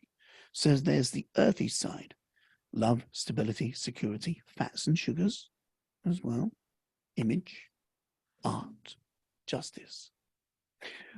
Neptune is a planet that's associated both with clarity and confusion, with wild tempests and furious storms, or music, the heights of healing and the inspired arts, alcoholism, drug abuse, and psychosis. A wide polysemy has Neptune, and a square represents a pathway. Imagine that there's a bridge between these two, and the bridge is made of challenge. The bridge is made of challenge. A square doesn't mean stop or can't or isn't. A square just means challenge, which means you can rise to it or not. But that means you can rise to it if you want. So an individual with this will find that when they're young, their challenge is that they don't know what they value. They're confused about what they really want in life. And because they're confused about what they really want in life, they try different things so that they can, tick off the checklist. If you go in a supermarket and you don't know what you want, you get some porridge, great, and you get some smoked fish, great, and you mix those in a bowl. Don't like porridge and kibbers. All right, check that off the list. Right, go back in the thing again, and you get some tomatoes, and you get some onions and some salad and an aubergine, and all of a sudden, whoa, now you're cooking something nice, right? But you can only figure out what you value and what you want by experimenting. And so some people with Venus in square Neptune are confused about what they really want. They're confused about how lovable they are. They can be confused about what constitutes love for them. Do I like boys? Do I like girls? Do I like girls who look like boys? Do I like boys who look like girls? Do I like people who used to be boys and girls and then went back again 4 times around? I don't know. Where am I? Right? And now, other people, because Neptune can also represent clarity, know exactly what they want, and their challenge is finding it or getting it. I know that I want someone who speaks with the tongue of poetry. I know that I want someone who plays guitar. I know I want someone who loves astrology. I know I want someone who's vegan. I know I want someone who can pogo stick. So looking for a pogo stick kind of candle juggling vegan astrologer who plays guitar and can speak French. I don't know. So as you become clearer about what you want, it can also become harder and harder to find anyone who fits the bill. That can happen as well. You can literally idealize your way out of connecting with anybody. I'm looking for a god or goddess, please. They're all human. Duh. That can happen, So can you find the divine within the mundane? Can you find the goddess or the god within the man or the woman, or the deity within the person? Yes. So it can be confusing in a sense. It can also be that the challenge is finding a path to clarity. And that's just on a basic kind of self-love perspective, let alone if you were going to look at these two for things about music or the art or justice or, spiritual dynamics. And there's a lot more within the polysemy of both of these two to do all of that. How limiting the interpretation in that book, how liberating looking at this from an archetypal perspective and understanding it as a part of the structure of the subjective experience of that individual. You see what I mean? Yeah. Can I interrupt you for a second? Sorry. Yeah. Are we going to have a break? I don't want to miss anything, but I desperately need to. Yep, we are going to have a break. Probably about another 10 minutes. But do you need to whiz off now? I'll wait. Yeah, I'll try and get to 10 minutes. Yeah, a break is on its way. I'll whiz on to the break. Okay. Yes. So this course is different in that it's not a straight psychology course, as in psychological astrology. If you went to a conference, the AA conference, the Astrology Association conference, and said, I'm doing psychological astrology, they would think you mean Liz Green's CPA and you've got a Jungian perspective of life. If you said this is esoteric astrology, because we're looking at past life stuff in a couple of weeks' time, that wouldn't fit either, because they would think you mean Alan Leo's sense of esoteric astrology. So the easiest way to put this is to say that this is Rowan astrology. And if anything, I think it's a grounded astrology, if anything. But there are bits of it that cover psychosynthesis or neuroscience, and the astronomy symbols as symbols of time, as well as potentials that we might envisage as well. So we'll continue exploring lots of different things, and whatever fields of interest you have, there will be something that will touch that through the process of all this, even though we use astrology as a vehicle. Now, to begin with, when I got this thing from the faculty and I still didn't really get much, I thought, I know what I'll do. I'll go and see an astrologer and follow what they do. So there was a local astrologer who ran what was then called an occult shop in Slough. And I phoned up, I made an appointment, and you had to go up this gantry and ring the bell, and someone would look for a little spy hole, because in those days, occult shops were being petrol bombed by born-again Christians. That happened to a place in York not too long before this. So I rang this doorbell, waited to be let in, and there was a shop area with books and candles and things. And behind that, there was this office, and I was led into the office, and it turned out the astrologer wasn't in that day, but he had someone to do things for him. So I gave him my date of birth, etc., and he typed it into this keyboard, and I heard a sound I'd never heard before in my life, and it was the sound of a thing called a dot matrix printer, and it started going.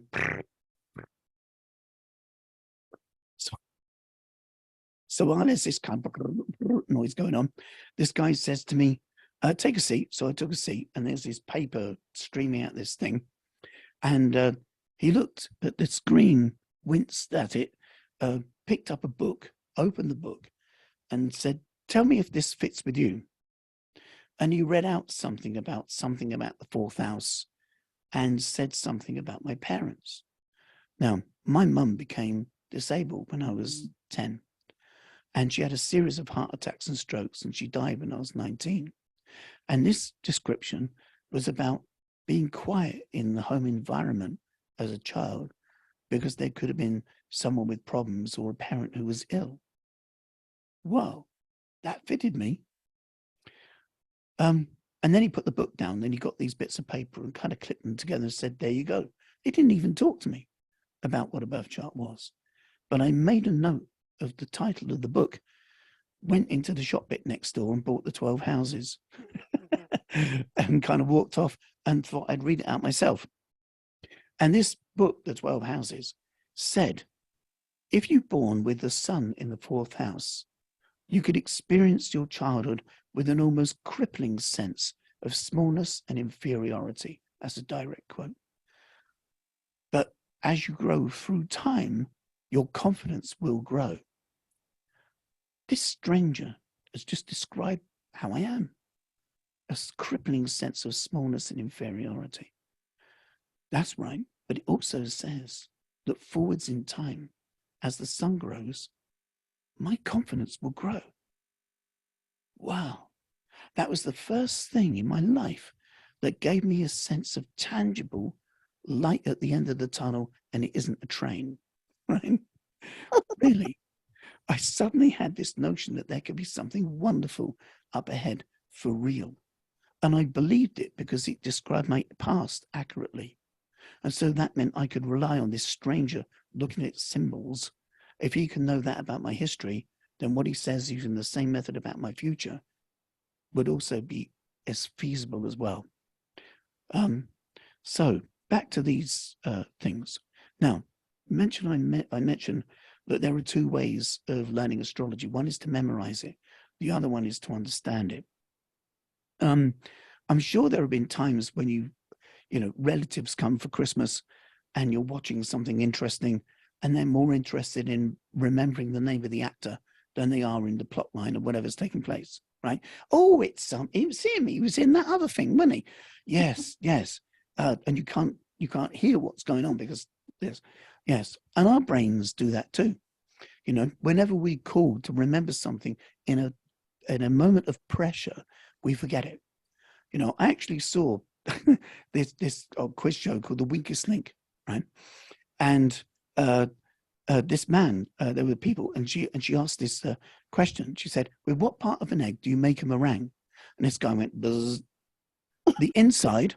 Now, you know that the world's on the outside of the egg, mate. Of course, it's the inside, right? But she meant which bit, right? So, but if you're in a studio with, you know, 400 people there, there's a boom microphone, someone putting stuff on your face every 5 seconds, 8 million people watching you live right now, your brain goes like a rabbit in headlights, you know. Who is the queen? Don't know. Don't even know anything, right? So if you consign what you learn about astrology to memory, it's precarious. You know, you could be, you know, having a dinner party, you're invited to a dinner party, you go around someone's house, maybe in about 4 weeks' time, right? Spring's beginning to open up. And the hostess says, "Oh, yeah, what are you doing? Da, da, da." And you say, "Oh, I'm doing this astrology course." And the hostess says, "Oh, I've got a birth chart." And she goes over to a cupboard, rummages, pulls out this piece of crumpled paper, sets it down in the middle of the table. The room stops and goes, hush. And she pushes it towards you and says, "Tell me about my mother." Now, if you are trying to remember things about astrology, your brain will just go blank, right? And then they will criticize the course you're on and say, "Well, you're not learning much, are you? It's not doing you any good. You're wasting your time," right? However, if on the other hand, you understand what you're learning, then you'll find that you will always know what to do. We know this because James Bond, when he's being chased through the tunnels and comes out and emerges in the disused factory, he's running along and the baddies are chasing the running along and the baddies are chasing the running along and the baddies are chasing, and for some reason there's a tractor with the keys in the ignition, right? And he jumps into the seat of the tractor with the keys in the ignition, right? And he does not go, put down clutch first. That's the brake. No, left foot, clutch down first. Switch on the engine, and then mirror signal maneuver. It's stalled. No, all right. He doesn't do that, right? He just turns the key. He's off. He knows how to drive. He doesn't have to remember. Even if he runs into a different room and it's completely black, he knows there's a switch by the door and switches it on. You know, when you go in your house, you don't startle yourself at night. If you go into the house at night and there's no one in, you're the first one in the door. You don't go, it's black. You don't do that. And then it takes you a while to go, hold on, no, wait. How do we get rid of the dark? Oh, what's the darkness dispelling magic box? There's a darkness dispelling box. And then you remember it's called switch light. Light switch. Where is it? Yes, it's by the, so you fluff your hand and then you touch it. And the darkness is dispelled. The light returns. Luckily, we don't do that with simple everyday things in life, right? You don't do memory tests every time you kind of want to, I don't know, open the door or close the door. You just sort of know what to do. And that's because you understand how it all works at such a level that it becomes an automatic thing to do. Wouldn't it be cool if you could read a person's birth chart with the ease with which you switch a light on? That's what I do with my students. I want to teach people this language to such an ease of depth that when someone shows you a birth chart under high pressure, you could be on TV, you could be on radio interview, you know, local radio, we got an astrologer here. And so, yeah, here's my chart. Tell me about it. Straight away, 3 million listeners, chat with ease, totally at peace, totally at home inside yourself. because you're doing something that's so easy and familiar for you. So it's not what you can remember that's the thing. I don't care what you can remember. I'm only interested in what you understand. Okay? So if you ever think, oh no, I can't remember it, I've forgotten the thing, doesn't matter. Ask a question. If you don't understand something, ask about it. You know, that's the best way to learn. And I always think, for me, asking questions is the mark of the intelligent mind. Because to sit not knowing something and keep quiet is a really good way of staying ignorant. To sit not knowing something and to use the sense of I don't know as a prompt to ask a question is a really good way of becoming informed. Really. There's no such thing as a silly question. They don't exist. I know that because I was invited to go and speak at an NLP conference in 2005 about astrology. And they were all hissing at me like, psst, you believe in fate? No, I don't. You're in astrology. Yeah, but I don't believe in fate. And they're like, what? And they had these breakout things. And there were very famous NLP people there. You know, there's a couple of guys who have written books on my bookshelf. And I went in this room and I got a front row seat. And these people were doing a thing in what they call systemic NLP. I wanted to find out what that was. So there's these two people and they're being very jolly, you know. And this woman said, feel free to ask any silly questions. So I shot my hand up immediately, right? And she said, yes. And I said, what's a silly question? And she said, well, and before she could finish a sentence, someone at the back, this American voice, who was one of these famous authors, says, yeah, what's a silly question?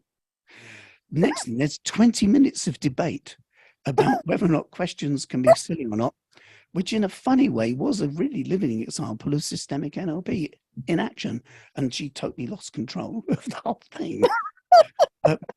Yes, so no, silly questions don't exist because questions exist.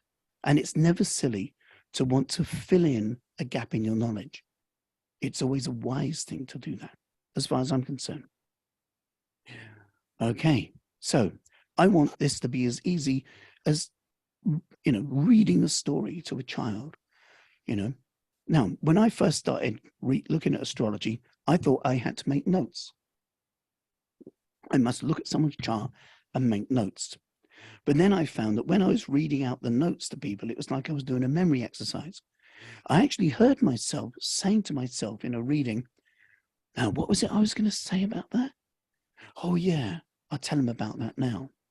So they're watching me do a memory test. You know, and making notes of a chart's a bit daft, if you think about it. Imagine a child has asked you to read out Harry Potter. And could you read out Harry Potter? Of course, I'll read out Harry Potter to you. So you get your notepad or your tablet, whatever, and you start reading Harry Potter and you make notes. So you make notes of the whole Harry Potter book all the way through, and then you read out the notes to a child. That's how you read out Harry Potter, right?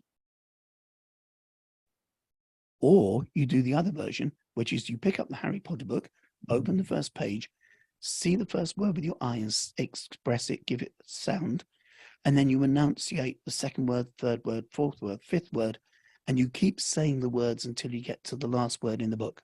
And that's called reading out the book. Well, reading a birth chart is the same. You don't have to make notes. All you got to do is just read it. And that means knowing it well enough. And that's what I like to teach people how to do. So now, some people say that astrology is bad, right? You will encounter this. As soon as you start to tell other friends, etc., you may find some people say that it's immoral. It's even satanic. It's devil worship to do astrology. Doing astrology is as bad as listening to the Rolling Stones, right? Yes, the devil's art for the devil's music. How bad, how terrible, how wrong. And so over time, I've kind of found people who are either addressing this or people who are perpetuating it. For example, when I was on my MA, one of my fellow colleagues was a lawyer, which used to be a lawyer before.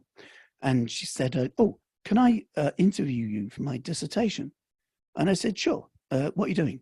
She said, oh, I'm doing astrology and morality. Like, what? oh, okay. What's that about then? She said, well, you know, I used to be a lawyer, yeah. And she said, do you remember Ally McBeal? I said, yeah, brilliant, love that program.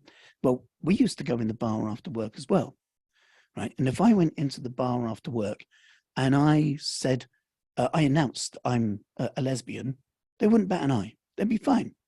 And if I went into the bar after work and I said I was Irish, they'd be fine. Or if I said I'm an Irish lesbian, they'd be fine. If I went into the bar after work and said, oh, I've got to have a leg off, you know, I'm going to be an amputee, so I'm going to be a one-legged Irish lesbian, they'd be fine. Wouldn't be any problem at all. But if I go into the bar after work and I say I'm an astrologer, instant loss of credibility. They wouldn't believe a thing I said after that. I wouldn't be given any cases of merit ever again. Because as soon as you say you're an astrology, you're saying, I am a stupid imbecile and I am incapable of rational thought. And that's what being an astrologer means to people who haven't really looked at this subject. And so I said, okay. And she said there was one of our fellow colleagues who used to be a psychotherapist at Home Office level. And he used to keep it completely quiet that he was an astrologer, or it would completely kill his career. Right? And I said, right. So why do you want to talk to me? He said, you're my counterexample. I said, am I? She said, yeah, you're walking up and down, you know, with a banner and a big bass drum saying, I'm an astrologer, come and get it. I said, well, yeah. And she said, well, why are you doing that? I said, because I've noticed that when I talk to people about tarot and astrology and things, that other people also like tarot and astrology and things. And so if I tell people about it, then it gives them permission to talk about it. And you actually find more people who are interested in this stuff than you might otherwise have thought. And so, well, that was fascinating. But there are times when skeptics kind of try and trash astrology deliberately. Astrology is inconvenient, you see. Astrology's been around a long time. I mean, it's outlived kingdoms, it's outlived empires, this thing. And for scientists and rationalists, it drives them mad. They can't find a rationale. A lot of skeptics think that modern astrologers believe that there are influences in planets. A lot of contemporary people think astrologers believe the Earth is the center of the solar system because they've read some kind of text that was quoting Ptolemy, and they think that that's what people believe now, right? Without actually talking to actual astrologers and finding out what astrologers really think and feel. So that's not good science for a start. Good science would want to explore things. So there are people who kind of are told that astrology is a bad thing. When I first started doing this, I used to get a lot of Christian aggression. People ringing me up at 1 o'clock in the morning, telling me I'm evil, stuff like that. When in very early days, about 1991, some astrologers came into class on a Monday with tabloid newspapers with headlines on the front page saying, Thursday, it's doomsday, doomsday on Thursday. And they said, why are the papers saying this? And so we had a look at the astrology on Thursday, and there was just Saturn on one side of the planet Earth and Mars on the other side of planet Earth. And it just meant there's going to be a bit of friction that day, that's all. But that's not really doomsday. So why would they say it's doomsday? And the only rationale I could think of at the time was that, you know, that if you had a toolkit to be able to facilitate free thinking in the population, then that means it's harder to control them. You know, I mean, could you imagine what it would be like if you had the ability to read these magic symbols and you had the birth chart of, say, Keir Starmer or, you know, whatever other politician is in charge of the other party at the time, and you could listen to what the politicians are telling you about what they believe and think, but you can look at the map of symbols and actually know what they really think and think. And you can compare the rhetoric coming out of the TV speaker with what you know about them through their chart and tell whether or not they're being honest or not. That would be useful, wouldn't it? Yeah. You could even find out if they're capable of skullduggerous thought without even having to speak with them or interview them. That means you could be able to kind of know a little bit more about the credibility of politicians before they get your vote. That would be cool. That could be kind of literally page turning, couldn't it? That'd be smart. Ah. If you were a controlling government, you might not want people to have that. That's what I thought at the time. How conspiratorial of me. But in actual fact, I wasn't really being conspiratorial enough, because there's more I began to find out. Now, I mentioned before that it's illegal, it's against the law in the United Kingdom for astrology to be discussed as a serious topic on television. Against the law, right? And the reason for this is that it's all down to Napoleon. Right?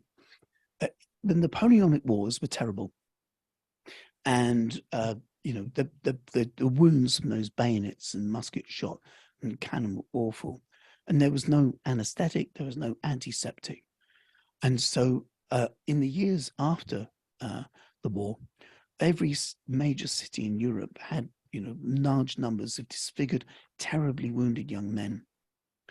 And in their desperation, because they couldn't work, they would beg on the streets. And they would do all sorts of things to try to encourage you to give them money. You know, they'd do things with dice, they'd do things with cards. They'd read the bumps on your head. Anyone know what that's called?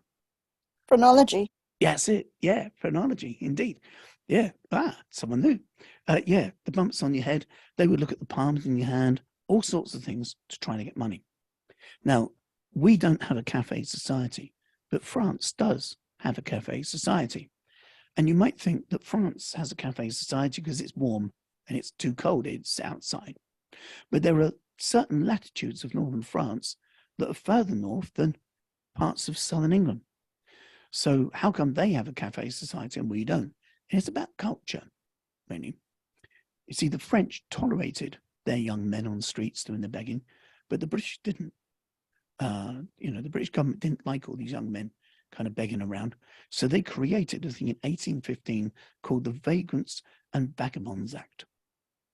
And the Vagrants and Vagabonds Act listed out all of the things that these people were doing, and it became illegal to be on the streets and get money for table rapping, bumps on the head, etc. Right? And so in 1824, astrology was added to the list, and it became illegal in England to practice astrology. The police would have honey traps. They'd set up a reading, the astrologer would do the reading of the chart, and when they asked for payment, the handcuffs would go on. I mentioned Alan Leo before. Famously, he was taken to court twice for practicing astrology, and the second time, to the scandal of the day, was found guilty and fined £5. In those days, in the early part of the 20th century, church and state were still wedded together very closely. You know, there was still a sense of reverence or deference for authority. Even up to 1977, when the Queen had a Silver Jubilee, there was a special filming of a situation comedy called The Good Life. And it's reported that the cameramen, even though they weren't on film, wore bow ties because the Queen was present. Right? So rewind back 50 years before that, in the 1920s, and the BBC, the British Broadcasting Company, started using television. And before long, an independent companies wanted also to start to show things on television. But to be able to monitor what was going to be broadcast and decide what could be appropriate for broadcast or not, they created a thing called the ITC in about 1928, called the Independent Television Commission.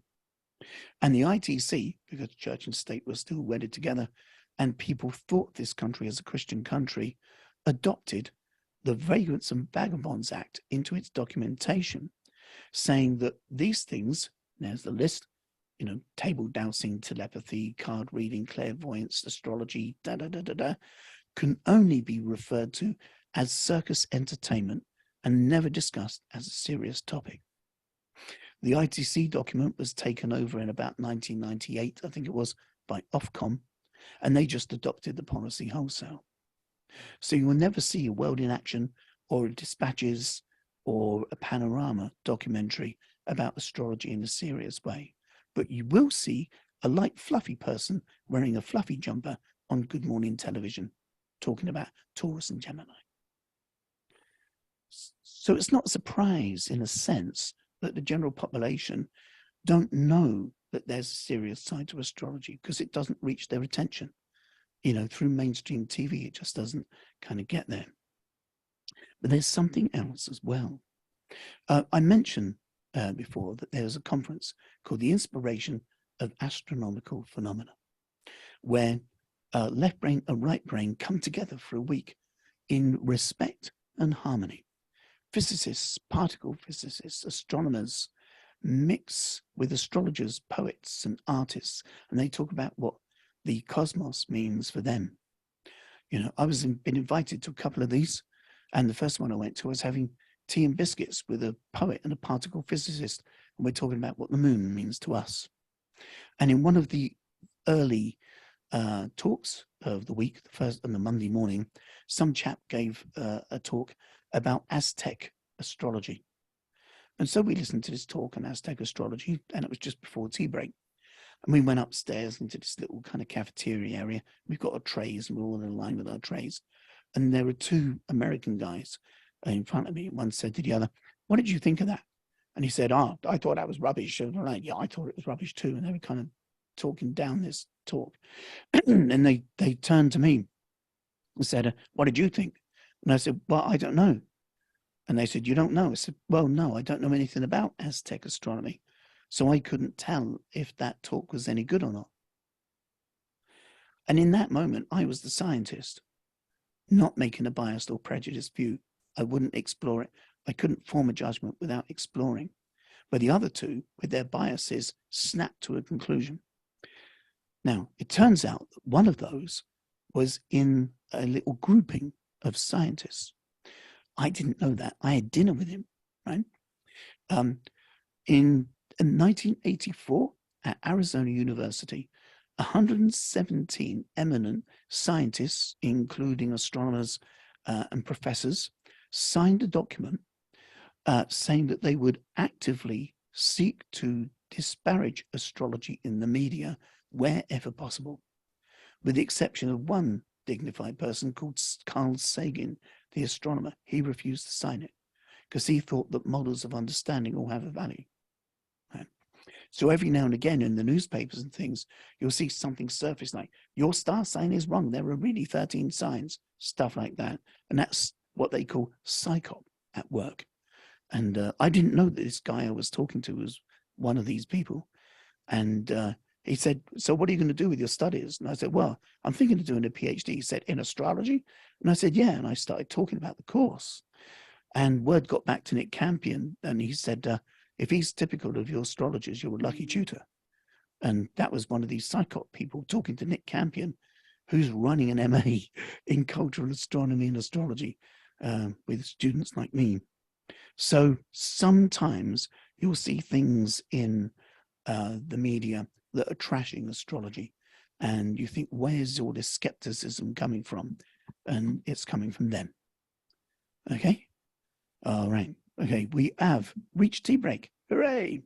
So we can have a break now. It's going to be 10 minutes. Usual thing, the music's going to play for 10 minutes while you're getting your coffee or your tea, while you can hear the music. That means it's still tea break. But as soon as the music finishes, we're back. Okay. Any questions or comments before we go off? No, good, thank you. No? What do you think about that? The idea that you can't show astrology seriously on terrestrial television. It's very similar to mediumship and whatever else Yeah. there is. There's all those, you know, it's got bad publicity for one reason or another. It's things people don't understand a lot of, I suppose. Yeah, well, they're also in the list of Vagrants and Vagabonds Act. Mm-hmm. Yeah, indeed. Well, they weren't on the list of that. They weren't on the list of that, and I don't really know so much about the whatever it was you said before about the BBC not wanting to program it. I don't know that, but there was definitely a lot of stigma about it, yeah, and it is often, you know, there's a lot of skeptics, and it's often laughed and frowned upon, and you know, you're sort of in the closet about it until you feel brave enough to come out. It's a very similar subject.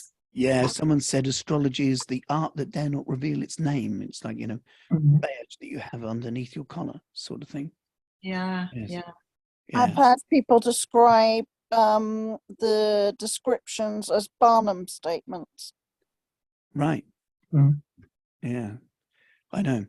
So, you know, we're doing things like this, and I think I'm of the opinion that if you divide the population of the Earth into thirds, you find a third of people are really open to listening to esoteric things.